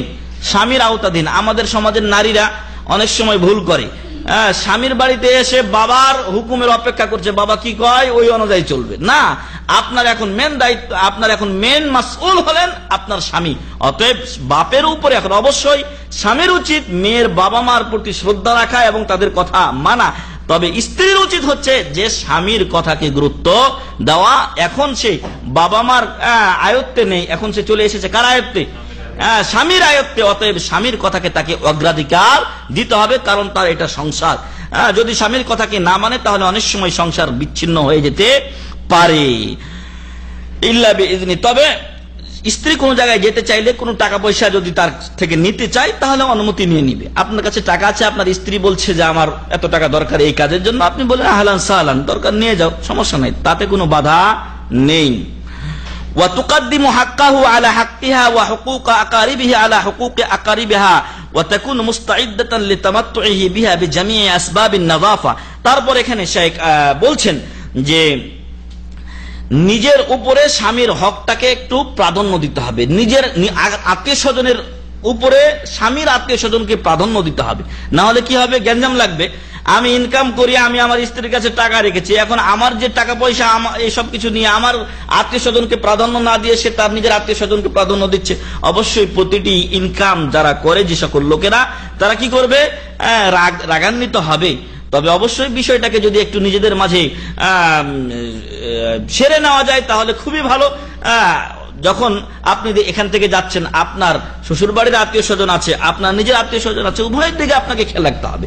তবে অবশ্যই এটা খেয়াল রাখতে হবে স্ত্রীকে, যে আমার স্বামীর বাড়ির যে লোকজন আছে তাদের প্রতি আমাকে এখন বিশেষ নজর রাখতে হবে। যদিও ওরা আমার হয়তো ভাই ব্রাদার বা যাই কিছু হোক না কেন, কিন্তু এদেরকে অগ্রে রাখতে হবে। এবং স্বামীর মন জয় করার জন্য সব সময় তাকে বিভিন্ন ভাবে প্রস্তুত থাকতে হবে, যেমন পরিষ্কার পরিচ্ছন্নতা, এমন ভাবে কোন সময় যেন স্ত্রী তার সৌন্দর্য নিয়ে স্বামীর সামনে বড়াই না করে। স্বামীর কোনো যদি দোষ ত্রুটি থাকে অথবা দেখতে ছোট মানে সেই রকম সৌন্দর্য না হয় স্বামী, তাহলে যেন তার দুর্নাম না করে যে তুমি দেখতে এরকম এই সেই। এতে করে কি হবে, স্বামীর মনে স্ত্রীর প্রতি বিদ্বেষ সৃষ্টি হবে, মারামারির পর্যায়ে চলে যাবে। অতএব স্ত্রীকে এই জিনিসগুলো খেয়াল রাখতে হবে। 6 নম্বর বিষয় হচ্ছে ওয়াজিবু আলাল মারআতি আইদান দাওয়ামুল হায়াই মিন যাওজিহা ওয়া গাদ তারাফিহা কুদ্দামাহু ওয়া তাআতু লিআমরিহি ওয়াস সুকুতু ইনদা কালামিহি। মহিলার উচিত হচ্ছে যে স্বামী হয়েছে বলেই বেহায়া ওপেন সবকিছু করবে, এমনটি যেন না হয়। আল্লাহ রাসূল সাল্লাল্লাহু আলাইহি সাল্লাম এর স্ত্রী আয়েশা রাদিয়াল্লাহু আনহা একটা মুআল্লাক হাদিস, যার সনদ ইমাম বুখারী রাহমাতুল্লাহ আলাইহি বর্ণনা করেননি, সেখানে বলেছেন যে আমি কোনদিন আল্লাহ রাসূল সাল্লাল্লাহু আলাইহি সাল্লামের ইজ্জত দেখিনি, উনি কোনদিন আমারটা দেখেননি। কারণ এই জিনিসগুলো দেখলে অনেক সময় কি হয়, একটা আগ্রহ যে আছে, হয়তো এমন জিনিস আপনি দেখে ফেলতে পারেন যেটাতে আপনার অনাগ্রহ সৃষ্টি হতে পারে। এজন্য মহিলা যেন স্বামী হয়েছে বলে সবকিছুই তার সামনে অবলীলাই করবে এবং লজ্জা যে নারীর ভূষণ সেটাকে সে হারিয়ে ফেলবে, এমন যেন না হয়, বরং লজ্জা ধরে রাখবে। অবশ্যই স্বামী স্ত্রীর যে সম্পর্ক সেটাকেও ঠিক রাখতে হবে এবং নিজের যে লজ্জা সেটাকে ধরে রাখতে হবে। আর সাথে সাথে তার আদেশ মানতে হবে, স্বামীর আদেশ যেটা আগে বলা হয়েছে। এবং যখন স্বামী কোনো কথা বলে তখন তার কথা বলার সময় চুপ থাকতে হবে স্ত্রীকে। আর যত কিছু স্বামীর রাগের কারণ হয় সেখান থেকে দূরে থাকবে, স্বামীর খেয়ানত করবে না তার অনুপস্থিতিতে, তার সম্পদে এবং তার বাড়িতে।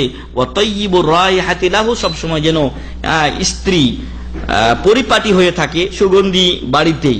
বা আমাদের তো এখন অবস্থা এমন হয়ে গেছে মহিলাদের যে বাড়িতে যখন স্বামীর কাছে থাকে তখন সুগন্ধি ব্যবহারের খবর নাই, তখন যেই পোশাক পরিচ্ছেদে পাক করছে ওটাতেই স্বামীর সাথে চলছে, কিন্তু যখন বাইরে যাবে তখন সবচাইতে ভালো পোশাকটা পরবে। কাকে দেখাতে যায়? বাইরের লোককে। তাহলে স্বামীকে দেখার মতো তার মন মানসিকতা নেই, সে বাইরের লোককে দেখাতে যায়। অথচ তার জন্য জায়েজই হচ্ছে স্বামীর কাছে তুমি যতই সৌন্দর্য গ্রহণ করো তাতে কোনো বাধা নেই, কিন্তু আপনি বাইরে সৌন্দর্য হয়ে যাবেন, সৌন্দর্য অবলম্বন করে যাবেন এবং সেন্ট আতর ইত্যাদি বের হয়ে পরে যাবেন। বলা হয়েছে এই মহিলা জানিয়া যতক্ষণ পর্যন্ত ফিরে না আসে, আল্লাহু আকবার, যে সেন্ট লাগিয়ে যায় বাইরের লোককে শুঙ্গানোর জন্য, যে মানুষেরা আমার পাশ দিয়ে যাবে, সেন্ট পাবে এবং তাদের বাহবা কুড়াবে। এমন যদি হয় তাহলে সে জেনা না করলেও জেনা কারের খাতায় তার নাম লিপিবদ্ধ হবে। নাউযুবিল্লাহি মিন যালিক। 7 নাম্বার, স্বামীর অধিকার স্ত্রীর উপরে।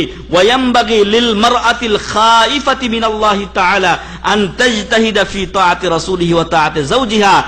যে ব্যক্তি মহান রব্বুল আলামিন, যেই নারী মহান রব্বুল আলামিনকে ভয় করে, তার উচিত যে মহান রব্বুল আলামিন এবং তার রাসূল সাথে সাথে তার স্বামীর আনুগত্যের চেষ্টা চালিয়ে যাওয়া, আর স্বামীর সন্তুষ্টি অর্জনে নিজের যতটুকু প্রচেষ্টা আছে তা ব্যয় করা। কারণ স্বামী হলেন তার জান্নাত ও জাহান্নাম, স্বামী হলেন তার জান্নাত ও জাহান্নাম, যদি সঠিক পথে স্বামী থাকে। যদি স্বামী বেদিন হয় তাহলে তো সেই স্বামীর প্রশ্ন আমরা করছি না, বা তার কথা আমরা এখানে বলছি না। কারণ রাসূল সাল্লাল্লাহু আলাইহি ওয়াসাল্লাম বলছেন, আইয়ুমা ইমরাআতিন মাতাত ওয়া যাওজুহু আনহা রাদিন দাখালাতিল জান্নাহ।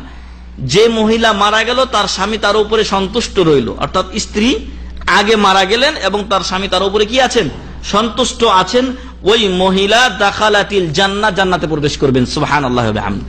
তাহলে স্বামীর সন্তুষ্টির উপরে তার জান্নাতটা আল্লাহ তাআলা রাসূল সাল্লাল্লাহু আলাইহি ওয়াসাল্লাম কি করেছেন, অ্যাড করে দিয়েছেন।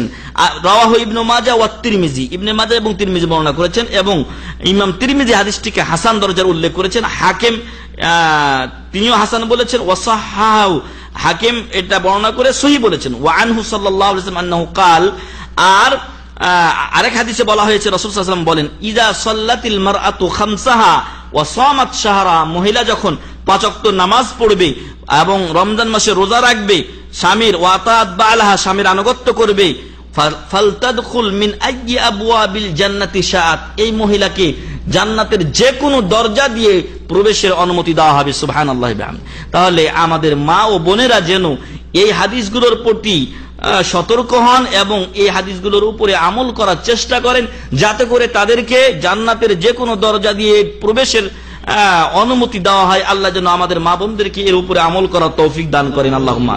বললাম স্বামীদের অধিকার স্ত্রীদের উপরে 60টি মূলত আমি উল্লেখ করেছি।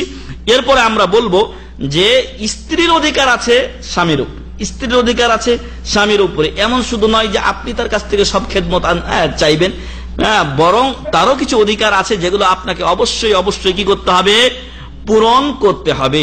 একদিন আলোচনা শুনলাম মৌলভী সাহেবের কাছ থেকে, যে একজন লোক বাজার থেকে একটা মুরগি নিয়ে আসছে। মুরগি নিয়ে আসার পর রমজানের সময় ইফতারের আগে নিয়ে আসছে। ইফতার করার পর, ইফতারের আগেই স্ত্রী মুরগিটা জবাই করে পাকশাক করছেন।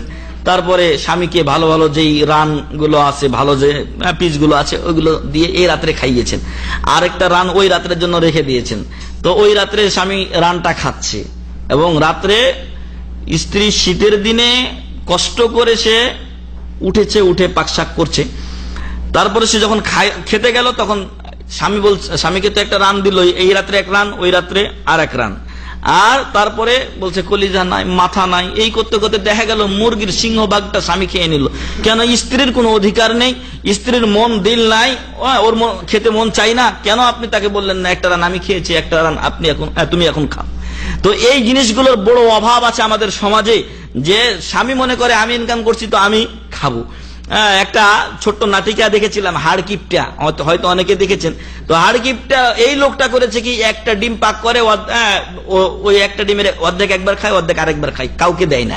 তো এই অবস্থা যেন আমাদের না হয়, বরং আমরা যেন আমাদের স্ত্রীদের প্রতি বিশেষ নজর রাখি। তারা আমাদের শাকাইকুর রিজাল, আমাদের অর্ধাঙ্গিনী তারা, তাই না? অতএব তাদের প্রতি আমাদেরকে বিশেষ নজর দিতে হবে। আল্লাহ রাসূল সাল্লাল্লাহু আলাইহি ওয়াসাল্লাম বলছেন, খায়রুকুম খায়রুকুম লিআহলি ওয়া আনা খায়রুকুম লিআহলি, তোমাদের মধ্যে ওই ব্যক্তি উত্তম। এই প্রশ্নটা আমরা এর আগে একবার দিয়েছিলাম বার্ষিক, সম্ভবত বার্ষিক প্রতিযোগিতায়।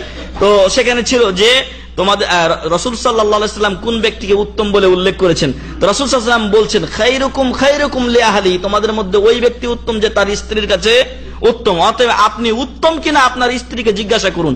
আপনি যদি আপনার স্ত্রীর কাছে ভালো হতে পারেন, ইনশাআল্লাহ আপনি আল্লাহর কাছেও কি হবেন, ভালো হবেন। ওয়া আনা খায়রুকুম লিআহলি, আর আমি তোমাদের মধ্যে আমার স্ত্রীদের কাছে সবচাইতে উত্তম ও ভালো। অতএব ভালো সার্টিফিকেটটা স্ত্রীর কাছে আপনাকে নিতে হবে। যদি আপনি তার সাথে ভালো আচরণ করেন, অবশ্যই সে ভালো বলবে, আর আপনি যদি মন্দ আচরণ করেন তাহলে অবশ্যই সে আপনাকে মন্দ বলবে। এই জন্য স্ত্রীদের অধিকার আছে, স্ত্রীদের অধিকার আদায় করতে হবে, নতুবা কিয়ামতের দিন আপনার অবস্থা খারাপ হবে, সেটার অবশ্য আলোচনা আসছে। 1 নাম্বার স্ত্রীদের অধিকার হচ্ছে যে যখন একজন পুরুষ বিয়ে করতে যাবে, তখন অবশ্যই তাকে দেনমোহর পরিশোধ করতে হবে, অবশ্যই তাকে দেনমোহর পরিশোধ করতে হবে। কিন্তু বর্তমান সময়ে কিছু ভিক্ষুকের দল বের হয়েছে, যারা বিয়ে করতে চায় কিন্তু আবার ভিক্ষাও করে। না, এদের বিয়ে করার কোনো অধিকার ইসলাম দেয়নি। আল্লাহ রাসূল সাল্লাল্লাহু আলাইহি সাল্লাম বলছেন, ইয়া মা'শারাশ শাবাব, হে যুবকের দল, মান ইসতাতা'a মিনকুমুল বা'তা ফালইয়াতাযাওয়াজ, তোমাদের মধ্যে যারা সামর্থ্যবান তারা যেন বিয়ে করে। আর সামর্থ্যের কাতারে দুটি জিনিস আছে, একটা হচ্ছে অর্থনৈতিক আর একটা হচ্ছে দৈহিক। এই দুইটি সামর্থ্য অবশ্যই লাগবে। আপনি বিয়ে করবেন, বিয়ে করার পরে আপনি মোহর দিবেন না, না এটা চলবে না। আপনি লাখ লাখ টাকা না বেঁধে আপনি যা পারেন সেটা বাঁধেন এবং নগদ কি করুন, আদায় করুন। আল্লাহ রাসূল সাল্লাল্লাহু আলাইহি ওয়াসাল্লাম বলছেন, মান ইসতাতা'a মিনকুমুল বা'তা ফালইয়াতাযাওয়াজ, তোমাদের মধ্যে যারা সক্ষম তারা যেন বিয়ে করে। ফাইন্নাহু আগাদ্দু লিল বাসার ওয়া আহসানু লিল ফারজ, কারণ ইহা তোমাদের চোখের জন্য, চোখকে অবনমিত করবে, নিচু রাখবে, অর্থাৎ চোখের যে জেনা এটা আর হবে না। ওয়া আহসানু লিল ফারজ, এবং লজ্জাস্থানকে অধিক হেফাজত করবে। আর এই ক্ষেত্রে আল্লাহ রাসূল সাল্লাল্লাহু আলাইহি ওয়াসাল্লাম আরেকটা হাদিসে আমাদের জন্য সুসংবাদ দিয়েছেন যে ব্যক্তি মান ইয়াযমানু লিমা বাইনা ফাকিদাইহি ওয়া লিহইহি আনা আযমানু লাহুল জান্নাহ, আল্লাহু আকবার, যে ব্যক্তি তার দুই চোয়ালের মধ্যবর্তী স্থান অর্থাৎ মুখকে এবং দুই রানের মধ্যবর্তী স্থান অর্থাৎ লজ্জাস্থানকে হেফাজতের দায়িত্ব নিবে আমার কাছে, আনা আযমানু লাহুল জান্নাহ, আমি তার জন্য জান্নাতের জামিন হয়ে গেলাম। সুবহানাল্লাহি ওয়া বিহামদিহি। তো আল্লাহ রাসূল সাল্লাল্লাহু আলাইহি ওয়াসাল্লামের এই হাদিসে বলছেন, ওয়া আহসানু লিল ফারজ, এই লজ্জা স্থানের হেফাজতকারী করার জন্য বিয়েটা হচ্ছে অধিক উপযোগী একটা পদ্ধতি। আর আরেক হাদিসে বলা হয়েছে যে ব্যক্তি মুখ এবং লজ্জা স্থানকে হেফাজত করবে সে দাখালাল জান্নাহ, সে জান্নাতে প্রবেশ করবে। সুবহানাল্লাহি ওয়া বিহামদিহি। তো বলবো যে বিয়ে যখন আপনি করবেন অবশ্যই আপনাকে দেনমোহর দিতে হবে। মুত্তাফাকুন আলাইহি, এটা বুখারীর হাদিস, বুখারী ও মুসলিমের হাদিস। আরেক হাদিসে আল্লাহ রাসূল সাল্লাল্লাহু আলাইহি সাল্লাম এর নিজের ঘটনা ঘটেছে।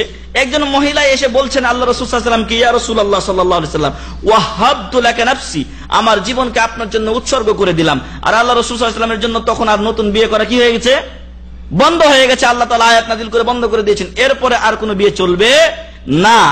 তখন আল্লাহ রাসূল সাল্লাল্লাহু আলাইহি সাল্লাম বিপদে এবং বিপাকে পড়ে গেলেন, কারণ উনি কাউকে ফিরিয়ে দিতেন না। এখন কি করবেন? একদিকে আল্লাহ তাআলার নিষেধ, আর একদিকে এই মহিলা তার জীবনকে আমার জন্য উৎসর্গ করে দিয়েছে।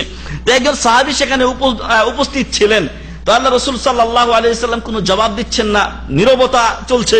তখন ওই সাহাবী বলছেন, ইয়া রাসূলুল্লাহ সাল্লাল্লাহু আলাইহি সাল্লাম, যাওয়িজনিহা ইল্লাম তাকুন লাকা বিহা হাজা, আপনার দরকার না হলে আমার সাথে বিয়ে দিয়ে দিন আল্লাহ রাসূল সাল্লাল্লাহু আলাইহি সাল্লাম। তো আল্লাহ রাসূল সাল্লাল্লাহু আলাইহি সাল্লাম বলছেন যে তুমি কিছু তালাশ করে নিয়ে আসো যেটা দেনমোহর হিসেবে কাজ দিবে। তো সে গিয়ে খুঁজে খুঁজে কিছুই পেল না, এসে বলছে আল্লাহ রাসূল সাল্লাল্লাহু আলাইহি সাল্লাম, আমার কাছে তো আমি তো কিছু পেলাম না দেনমোহর দেওয়ার মতো। উনি বললেন, ইলতামিস ওয়ালাউ খাতামান মিন হাদিদ, লোহার একটা আংটি হলেও তোমাকে দেনমোহর দিতে হবে। আল্লাহু আকবার। আবার গেছে খুঁজা খুঁজা, লোহারও আংটি পাইনি। আল্লাহ, এখন তো কত দামামের অলিতে গলিতে লোহার কিছু মেলা কিছু ঘুরে বেড়াই, তো একটা লোহারও আংটি তিনি পাননি, এমন অবস্থা ছিল সাহাবাদের। তো বলছিলাম যে তারপরে রাসূল সাল্লাল্লাহু আলাইহি ওয়াসাল্লাম তাকে জিজ্ঞাসা করলেন, হাল মাআকা শাই, বলছেন যে তোমার কাছে আর কিছু আছে? বলছেন, লা ইল্লা ইজারি, আমার এই লুঙ্গিটা ছাড়া আমার কাছে আর কিছু নেই। মহাবিপদ। হাল মাআকা শাইউম মিনাল কোরআন, তো উনি বললেন যে তুমি কি কোরআনের কিছু মুখস্থ জানো? উনি বললেন, নাম সূরাতা কাযা ওয়া কাযা, এই সূরা আমার মুখস্থ আছে। তখন আল্লাহ রাসূল সাল্লাল্লাহু আলাইহি ওয়াসাল্লাম বললেন যে আল্লিমহা, তুমি এই সূরাগুলো তাকে শিক্ষা দাও, শিখিয়ে দাও, এটাই তোমার দেনমোহর হয়ে যাবে। আল্লাহু আকবার। দেনমোহরের মাপ নেই, কিন্তু ভিক্ষুকের দল এজন্য বলেছিলাম বিয়ে করবে 5 লাখ টাকা মোহর, আবার নাম ফুটাবে 5 লাখ টাকা দেনমোহর বা 10 লাখ টাকা দেনমোহর, আবার বিয়ের রাত্রে গিয়ে ওগো মাফ করে দাও। ভিক্ষুক না তো কি? একটা মহিলা যে তার ইজ্জত একজন পুরুষের কাছে সঁপে দিচ্ছে, যার বিনিময়ে আপনি তার ইজ্জতকে হালাল করছেন, সেই জিনিসটি আপনি এই অবস্থায় এসে মাপ চাইলে এই নিরীহ নারী কি করবে? না, একজন পুরুষের জন্য কোনো ক্রমেই উচিত নয় যে এই অবস্থায় এসে সে নারীর কাছে মাপ চাইবে। আপনি কি ভিক্ষুক যে আপনি মাপ চাইতে এসেছেন তার কাছে? আমি আমার এক বই লিখেছি, ইনশাআল্লাহ সেখানে আপনারা পাবেন যে এরা হচ্ছে ভিক্ষুক, নব্য ভিক্ষুক। এরা নিজেদেরকে বিয়ে শাদীর পিড়িতে বসতে চায়, অথচ ভিক্ষার ঝুলি বাসরাত্রে গিয়ে স্ত্রীর কাছে জাহির করে। না, এটা উচিত নয়। আপনি যা পারেন, 20,000 পারেন, 50,000 পারেন, যা পারেন আপনি সেটা মহিলাকে দিয়ে তারপর আপনি বিয়ে করবেন। আবার অনেক সময় দেখা যায় যে দিল না, পরবর্তীতে দেখা যাচ্ছে যে ওইখান থেকে আস্তে আস্তে ও মাপ টাপ চেয়ে শেষ করে দিচ্ছে। কিন্তু যদি আপনি পুরাপুরি দিয়ে দেন, তারপরে আপনার স্ত্রী আপনাকে স্বেচ্ছায় বলেন যে আমাদেরই তো সংসার, তুমি এই টাকাটা নিজেদের সংসারে আমাদের ব্যয় করো, আপনার বিপদ দেখলে সত্যিকার কোন স্ত্রী কি দূরে থাকতে পারবে না? অসম্ভব ব্যাপার। আমি বেতন নিয়ে গিয়ে স্ত্রীর কাছে জমা রাখি, ওইখান থেকে পরে ব্যয় করি, এইখান দিয়ে ওইখান দিয়ে, কিন্তু আমি কোনদিন হিসাব রাখিনি। কিন্তু আমার হিসাবে দেখা গেল টাকা শেষ হয়ে গেছে, কিন্তু দেখা গেল যে 4-5 মাস পর গিন্নি বলছে যে 1000 রিয়াল জমা হয়েছে, মানে একটা কাজের জন্য তখন 3000 রিয়াল দরকার, আমার কাছে 2000 আছে, 1000 রিয়াল আমি দিচ্ছি। ও আমাকে টাকা দেয়, কিন্তু আসলে টাকাগুলো কার? আমার। তো যে কথা বলছিলাম যে আপনার সংসার যদি সুখী হয়, আপনার স্ত্রী যদি আপনাকে পেয়ে সুখী হন, তাহলে অবশ্যই আপনার যখন প্রয়োজন হবে আপনার স্ত্রী মোহরের টাকা কেন, নিজের বাপের বাড়ি থেকে দরকার হলে কিছু নিয়ে এসে আপনাকে সহযোগিতা করবে, কিন্তু আপনাকে সেরকম হতে হবে। অতএব ভিক্ষার ঝুলি ছেড়ে দেন আর নগদ দেন মোহর দিয়ে কি করুন?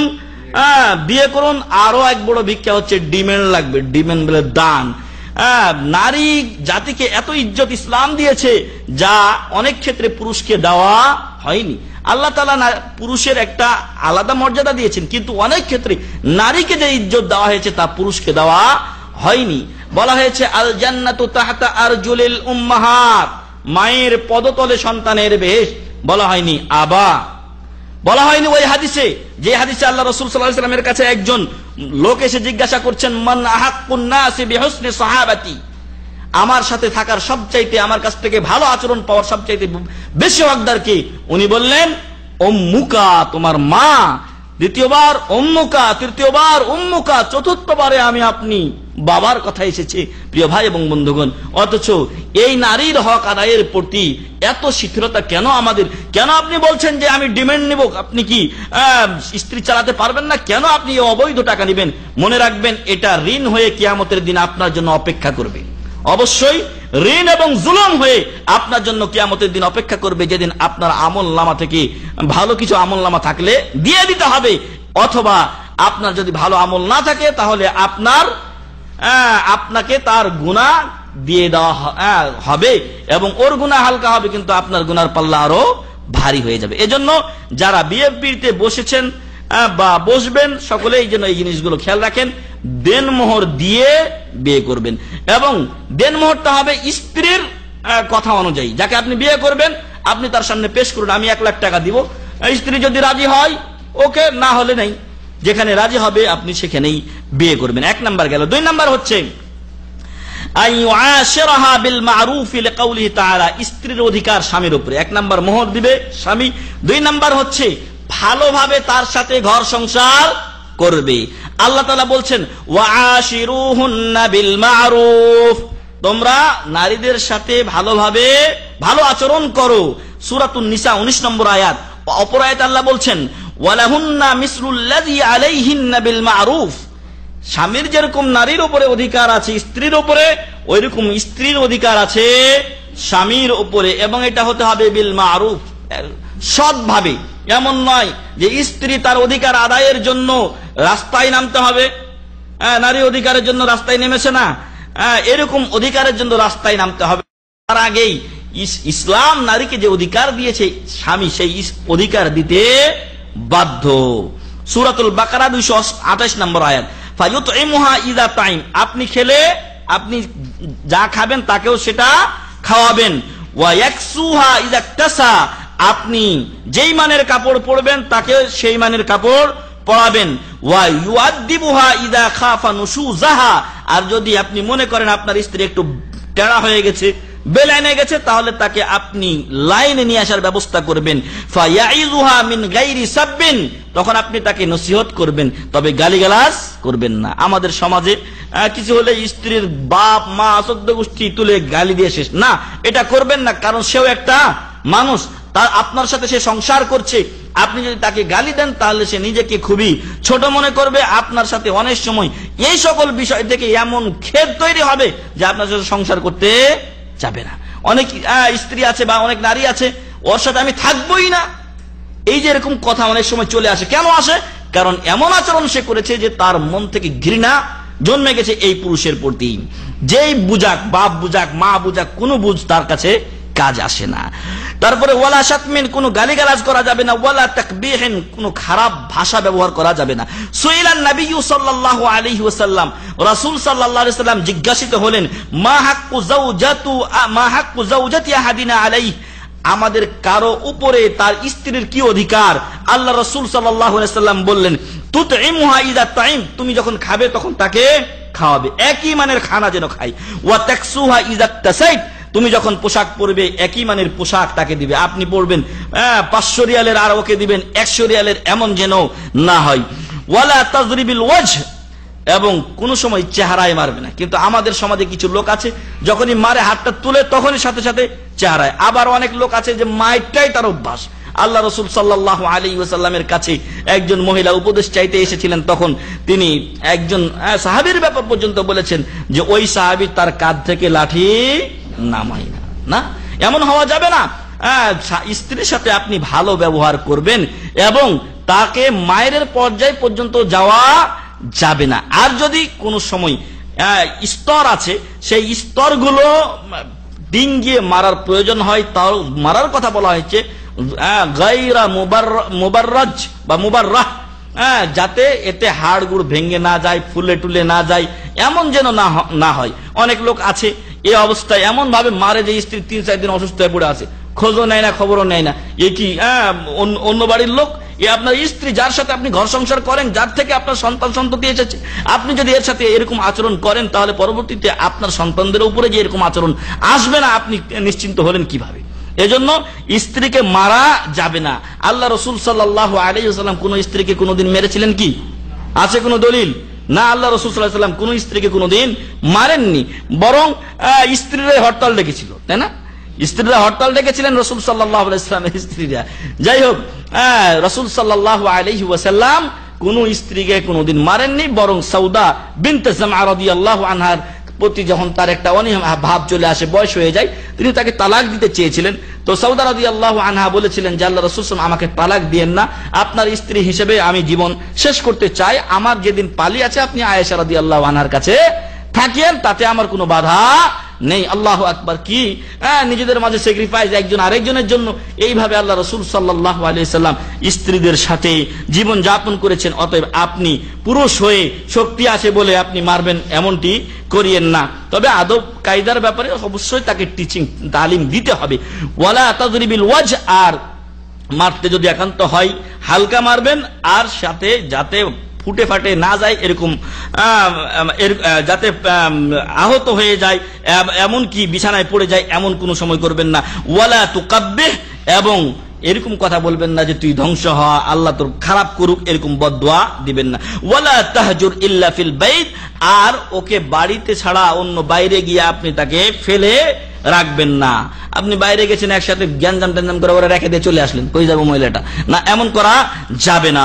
হাদিসুন হাসানুন, হাদিসটি হাসান, রাওয়াহু আবু দাউদ, ইমাম আবু দাউদ রাহমাতুল্লাহ আলাইহি হাদিসটি বর্ণনা করেছেন। আমরা আলোচনা শেষ পর্যায়ে চলে এসেছি। ওয়াকাল আলাইহিস সালাতু ওয়াস সালাম, আরেক হাদিসে আল্লাহ রাসূল সাল্লাল্লাহু আলাইহি ওয়াসাল্লাম বলছেন, ওয়া হাক্কুহুন্না আলাইকুম আন তাহসিনু ইলাইহিন্না ফি তুআমিহিন, তাদের অধিকার, নারীদের অধিকার হচ্ছে তোমাদের উপরে যে তোমরা তাদের ভালো খাবার দাবার দিবে, ওয়া কিসওয়াতিহিন, এবং তাদেরকে ভালো পোশাক পরিচ্ছদ দিবে। রাওয়াহু তিরমিজি ওয়া সাহহাহু, ইমাম তিরমিজি হাদিসটি বর্ণনা করে সহিহ বলেছেন। এবং আরেক হাদিসে আল্লাহ রাসূল সাল্লাল্লাহু আলাইহি ওয়াসাল্লাম বলছেন, ওয়া লা ইয়াফরাকু আই লা ইয়াবগাযু মুমিনুন মুমিনাতান ইন কারিহা মিনহা খুলুকান রাদিয়া মিনহা খুলুকান আখার। রাওয়াহু মুসলিম, মুসলিম শরীফের হাদিসে বলা হচ্ছে যে কোন পুরুষ যেন, কোন মুমিন পুরুষ যেন কোন মুমিনা নারীর প্রতি ঘৃণা না নিয়ে আসে এবং গোসা না হয়ে যায়। কারণ একটা মহিলার সবকিছুই ভালো নাও হতে পারে। যদি একটা আচরণ আপনাকে খারাপ লাগে, তাহলে আরেকটা আচরণে আপনি কি হবেন? সন্তুষ্ট হবেন। আপনার স্ত্রীর দুই একটা বিষয় আছে আপনার কাছে খারাপ লাগে, কিন্তু দেখবেন যে অনেকগুলো বিষয় আছে ভালো লাগে। আপনি যে স্ত্রীর কথা বলছেন, আপনারও কি কিছু ভালো মন্দ নেই? আপনি কি দুধে দেওয়া? না, আপনারও কিছু অভ্যাস আছে যেগুলো খারাপ, যেগুলো হয়তো আপনার স্ত্রী ভালোবাসে না, পছন্দ করে না। এজন্য পরস্পর একটু স্যাক্রিফাইস করতে হবে, পরস্পর একজন আরেকজনের প্রতি সহানুভূতিশীল হতে হবে, তাহলে আমাদের সংসারগুলো সুন্দর হবে। আল্লাহ তাআলা যেন সেইভাবে আমাদেরকে চলার তৌফিক দান করেন, আল্লাহুম্মা আমিন। 3 নাম্বার, নারীর অধিকার হচ্ছে যে যদি মহিলা দিন সম্পর্কে তেমন কিছু না জানে, তাহলে স্বামীর দায়িত্ব হলো যে নামাজ, রোজা, পবিত্রতা ইত্যাদি সবকিছু বিষয়ে তাকে শিক্ষা দিবে। কারণ দিনী শিক্ষাটা খানা পিনার চাইতে বেশি গুরুত্বপূর্ণ। কারণ দিন না হলে পরকাল হারাবে, আর খানা পিনা না হলে দুনিয়া হারাবে সর্বোচ্চ। আর সাধারণত না খেয়ে কোনো মানুষ মরে যায় এরকম শোনা যায় না, যদিও বিভিন্ন খবরে আসে, কিন্তু আসলে ওটাই তার কারণ, এটা তো আমরা অনেক সময় পর্যবেক্ষণ করি না। 3 নাম্বার গেল। 4 নাম্বার হচ্ছে স্ত্রীর অধিকার স্বামীর উপরে। ইসলামী আদব কায়দা এবং নিয়ম কারণ এগুলো স্ত্রীকে শিক্ষা দিতে হবে। আর স্বামী স্ত্রীকে বাইরে ওপেন ঘোরাফেরা করা থেকে কি করবে? বাধা দিবেই। আর সাথে সাথে যারা তার মাহরাম নয় তাদের সাথে ইখতিলাত, সংমিশ্রণ হওয়া থেকে, একসাথে চলাফেরা থেকে নিষেধ করবে, বিরত রাখবে। কারণ হচ্ছে পুরুষ হলো দায়িত্বশীল এবং এই দায়িত্ব সম্পর্কে তাকে জিজ্ঞাসা করা হবে। আর পুরুষের আওতাধীন হচ্ছে কে? স্ত্রী। আর স্ত্রী যদি যত্রতত্র ঘোরাফেরা করে তাহলে এই লোক কি হবে? দায়ুসের কাতারে যাবে না? দায়ুস ওই লোক যে তার স্ত্রীকে, মেয়েদেরকে যেখানে সেখানে ঘুরতে দেয়। যে কোনো পুরুষ তার স্ত্রীর কাছে আসছে, মেয়ের কাছে আসছে, এটাতে সে কোনো পরোয়া করে না, এই কাতারে সে চলে যাবে। এজন্য স্ত্রীর অধিকার হচ্ছে যে এই স্বামী তাকে ইসলামী নিয়ম কানুন এবং দিন শিক্ষা দান করবে এবং তাকে যদি তার মাঝে কোনো ভুল ত্রুটি থাকে তাহলে সেগুলো সংশোধন করবে। 5 নাম্বার স্ত্রীর অধিকার হচ্ছে স্বামীর উপরে আইয়া আদিলা বাইনাহা ওয়া বাইনা যাওজাতিহিল উখরা। দুটা যদি স্ত্রী থাকে তাহলে দুই স্ত্রীর মাঝে কি করতে হবে? আদল ও ইনসাফ ঠিক রাখতে হবে যদি থাকে। আর আমাদের সমাজে তো এটা কল্পনা করা যায় না। আর এমন যেন না হয় যে এক স্ত্রীকে দেখছে আর এক স্ত্রীকে দেখে না। আমাদের দেশে এটাই বেশি হয়, তাই না? বড়টাকে দেখেন না, ছোটটাকে নিয়ে পাগল। এরকম যদি হয় তাহলে কিয়ামতের দিন এই লোক আসবে, তার অর্ধেক কি থাকবে? ঝলসানো থাকবে। এই অবস্থায় যেন আমরা না পড়ি। তবে ফাইল্লাম তা'দিলু ফাওয়াহিদাতান, যদি আদল ইনসাফ না করতে পারেন তাহলে লাস্টের অংশে উপরে আমল করতে হবে। আল্লাহ তাআলা বলছেন যে মাসনা ওয়া সুলাসা ওয়া রুবা, 2টা 3টা অথবা 4টা বিয়ে করবে। ফাইল্লাম তা'দিলু ফাওয়াহিদাতান, আদল ইনসাফ না করতে পারলে কয়টা বিয়ে করবেন? একটা বিয়ে করবেন। আর আদল ইনসাফ করাটা বড় মুশকিল ব্যাপার।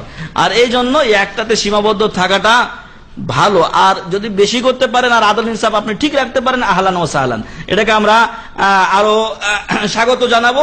কারণ এটা রাসূল সাল্লাল্লাহু আলাইহি ওয়াসাল্লামের সুন্নাত এবং এর মাধ্যমে ওই স্ত্রীর পক্ষ থেকে 4টা 5টা সন্তান আসলে রাসূল সাল্লাল্লাহু আলাইহি ওয়াসাল্লাম কিয়ামতের দিন এই উম্মতের আধিক্য নিয়ে কি করবেন? গর্ব করবেন। তার আপনি একটা কারণ হবেন। ওই সন্তানগুলোর দোয়া আপনি পাবেন কিনা? ওই সন্তানগুলো যদি ভালো হয় তাদেরও দোয়া পাবেন। এজন্য অবশ্যই আপনাকে আদল ও ইনসাফের কথাটা ঠিক রাখতে হবে। যদি না রাখতে পারেন নিজেরই কি হয়ে যাবে? সর্বনাশ হয়ে যাবে। অতএব নিজের সর্বনাশ যাতে না হয় সেদিকে খেয়াল রাখবেন। 6 নাম্বার স্ত্রীর অধিকার হচ্ছে স্বামীর উপরে আল্লাহ ইউফশি সিররাহা ওয়া আল্লাহ ইয়াযকুরা আইবান ফিহা। আপনি স্ত্রীর যাবতীয় গোপন তথ্য সম্পর্কে অবগত, তাই না? কারণ একজন স্বামী স্ত্রীর যে ব্যবহার হয় এটা আমাদের সকলেরই জানা। এখন আপনি স্ত্রীর সাথে কি কি হলো না হলো এটা গিয়ে আপনি পরের দিন কি করছেন? আর এদের সামনে বলছেন। সবচাইতে আকবাহুর রিজাল, সবচাইতে খারাপ লোকদের একজন। এবং ওই নারী যারা পুরুষের কথা আরেক স্ত্রীর কাছে বলে বেড়ায় অথবা অন্যের কাছে বলে বেড়ায়, ওই নারীও সবচাইতে খারাপ নারীদের অন্তর্ভুক্ত, যারা নিজেদের স্বামী স্ত্রীর কথাগুলো বাইরে প্রকাশ করে বেড়ায়। আজকে এই হয়েছে। কেন আপনি বলবেন? আপনাদের এগুলো গোপনীয় বিষয়। আপনি কি এত বেহায়া নির্লজ্জ হয়ে গেছেন? স্ত্রীর কোনো দোষ ত্রুটি বা গোপনীয় কথা বাইরে প্রকাশ করা যাবে না। এটা স্ত্রীর অধিকার স্বামীর উপরে। ইয হুয়াল আমিনু আলাইহা, কারণ স্বামী হলো স্ত্রীর দায়িত্বপ্রাপ্ত এবং সাথে স্ত্রীর নিরাপত্তা দিবে কে? স্বামী। 1 নম্বরে স্বামী দিবে স্ত্রীর নিরাপত্তা। আর সেই স্বামী যদি তার নিরাপত্তাহীনতার কারণ হয়ে যায় তাহলে বাকি অবস্থা কি হবে? ওয়াল মুতালাবু বিরিআয়াতিহা ওয়া সিতরিহা, মহিলাকে দেখাশোনা এবং তার যাবতীয় দোষ ত্রুটি গোপন রাখা দায়িত্ব সম্পর্কে কিয়ামতের দিন জিজ্ঞাসা করা হবে কাকে? স্বামীকে 1 নম্বরে। ওয়া হিফযিহা ওয়া যাওদি আনহা, যদি এই মহিলার ব্যাপারে অনর্থক কেউ কোনো কিছু প্রোপাগান্ডা চালায় তাহলে স্বামীর দায়িত্ব হলো এই মহিলার পক্ষ থেকে তার প্রতিবাদ জানানো যে না, আমার স্ত্রী, আমি যতটুকু জানি আমার স্ত্রী ভালো, এই অন্যায় কোনো কাজে জড়িত নয়। সম্মানিত উপস্থিতি, এ ছিল মোটামুটি স্বামী ও স্ত্রীর অধিকার, যেগুলো হয়তো আমি সংক্ষেপে বলেছি, আরো হয়তো থাকতে পারে। তো আমরা যেন এই অধিকারগুলো পরস্পর মেনে চলার চেষ্টা করি। আল্লাহ আমাদের তৌফিক দান করুন, আল্লাহুম্মা আমিন।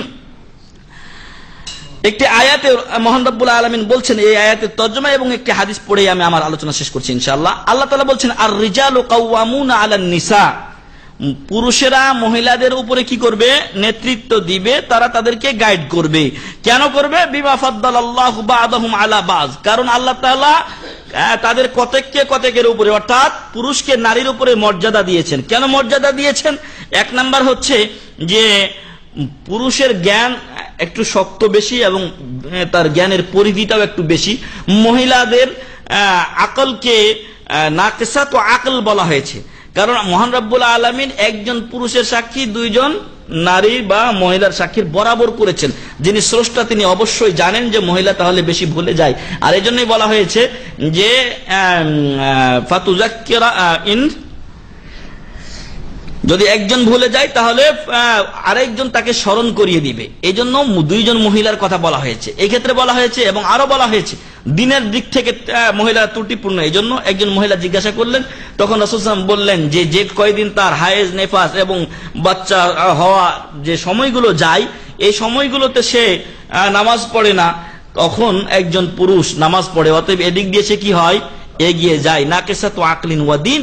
ফলে আল্লাহ তাআলা এদিক দিয়ে পুরুষকে মর্যাদা দিয়েছেন। ওয়াবিমা আনফাকু মিন আমওয়ালিহিম, এবং পুরুষেরা আরেকটা কারণে মর্যাদাবান নারীদের উপরে বা কর্তৃত্ব করবেন, সেটা হলো যে পুরুষেরা তাদের সম্পদ ব্যয় করেন। মোহরানার সময় ব্যয় করেছেন, স্ত্রীকে নিয়ে আসার পর তার যাবতীয় ভরণ পোষণের দায়িত্ব কার? স্বামীর। স্ত্রীর কোনো দায়িত্ব নেই সংসার চালানোর, কিন্তু এখন মহিলারা যদি নিজেই নিজের কাঁধে সংসার চালানোর দায়িত্ব নিয়ে নেয়, তখন কার কি করার আছে? এখন নারীকে 60% চাকরি দেওয়া হচ্ছে, অথচ পুরুষটা বেকার ঘুরে বেড়াচ্ছে। যদি পুরুষটাকে চাকরিটা দেওয়া হতো তাহলে পুরুষটা হিসাব করে সংসারটা চালাতো। এখন মহিলাকে চাকরি দিয়েছে, মহিলা এসে তখন বলছে যে আমি তো নিজে ইনকাম করি, তোমার টাকা দিব কেন? এবার সংসারে টাকা দিতে চাই না, দিলেও একটু একটু করে দেয়। দেখা যায় স্বামী স্ত্রীর মাঝে আবার গ্যাঞ্জাম লেগেছে। এগুলোই উদ্দেশ্য তাদের, যে নারীকে বেশি চাকরি দিয়ে পুরুষকে বেকার করে রাখা। আমাদের সমাজে পুরুষ কত বেকার হয়ে রয়েছে।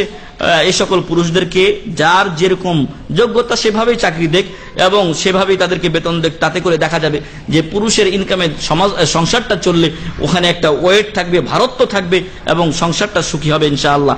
ওয়াবিমা আনফাকু মিন আমওয়ালিহিম, পুরুষেরা টাকা পয়সা খরচ করে বলে আল্লাহ তাআলা তাদেরকে কর্তৃত্বের মর্যাদাটা দিয়েছেন। ফাসসালিহাতু কানিতাতুন হাফিজাতুন লিল গায়বি বিমা হাফিজাল্লাহ, অতএব সতী নারীরা তারা আল্লাহর কথা, রাসূলের কথা, স্বামীর কথা মেনে চলে এবং নিজেদের ইজ্জতকে কি করে? হেফাজত করে। ওয়াল্লাতি তাখাফুনা নুশুজাহুন, তবে যদি কোনো মহিলার বিপদগামিতার তোমরা ভয় করো, হয়তো কোনো পরপুরুষের সাথে জড়িয়ে পড়েছে, বাইরে বেহায়া বেপর্দা হয়ে ঘোরাফেরা করছে, তাহলে আল্লাহ তাআলা বলছেন ফাইজুহুন্না, তাদেরকে নসিহত করো। ফাইজুহুন্না, বুঝাও। ওয়াহজুরুহুন, আলাতুল মারা শুরু করবেন এমন যেন না হয়, আলাতুল তালাক না, বরং প্রথমে বলা হচ্ছে ফাইজুহুন্না, বুঝান তাকে।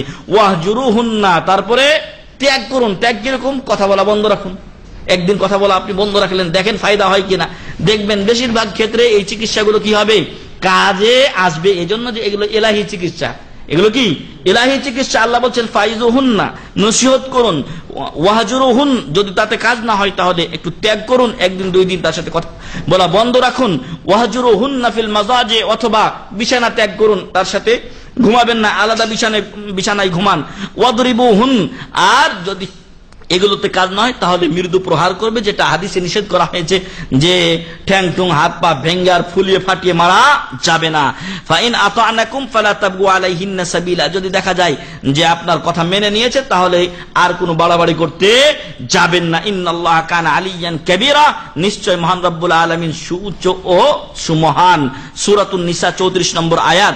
আরেক হাদিসে বলা হয়েছে, ইবনে ওমর রাদিয়াল্লাহু আনহুমা থেকে বর্ণিত, আল্লাহ রাসূল সাল্লাল্লাহু আলাইহি ওয়াসাল্লামকে তিনি বলতে শুনেছেন, কুল্লুকুম রাইন, তোমরা প্রত্যেকে দায়িত্বশীল।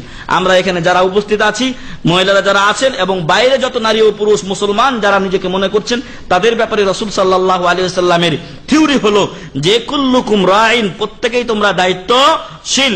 ওয়া কুল্লুকুম মাসউলুন আন রাইয়াতিহি, এবং তোমাদের প্রত্যেককে তার দায়িত্ব সম্পর্কে জিজ্ঞাসা করা হবে।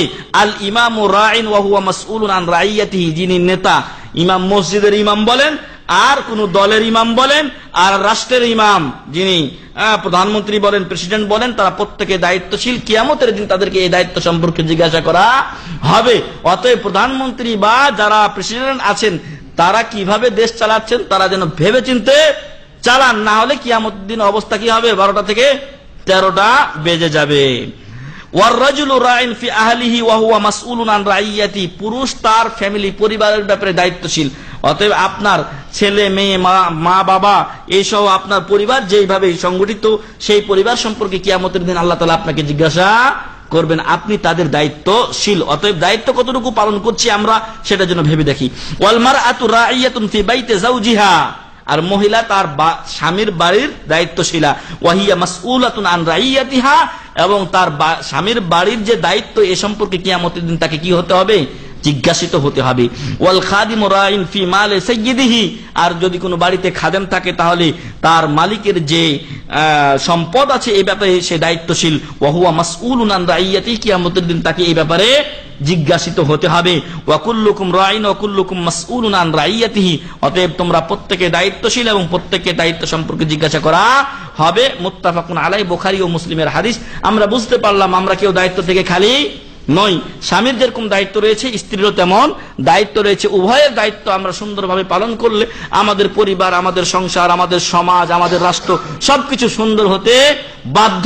মহান রব্বুল আলামিন যেন আমাদেরকে সবকিছু সুন্দরভাবে মেনে চলার তৌফিক দান করেন, আল্লাহুম্মা আমিন। স্বামীকে স্ত্রীর অধিকার, স্ত্রীকে স্বামীর অধিকারগুলো মেনে চলার তৌফিক দান করেন, আল্লাহুম্মা আমিন।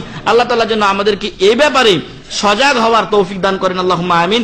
এবং যত প্রকার অন্যায় অবিচার স্বামী স্ত্রীর মাঝে হয়ে থাকে আমাদের উভয় দলকে অর্থাৎ স্বামী ও স্ত্রীদেরকে আল্লাহ তাআলা যেন এই অন্যায় অবিচারগুলো থেকে হেফাজত করেন, আল্লাহুম্মা আমিন।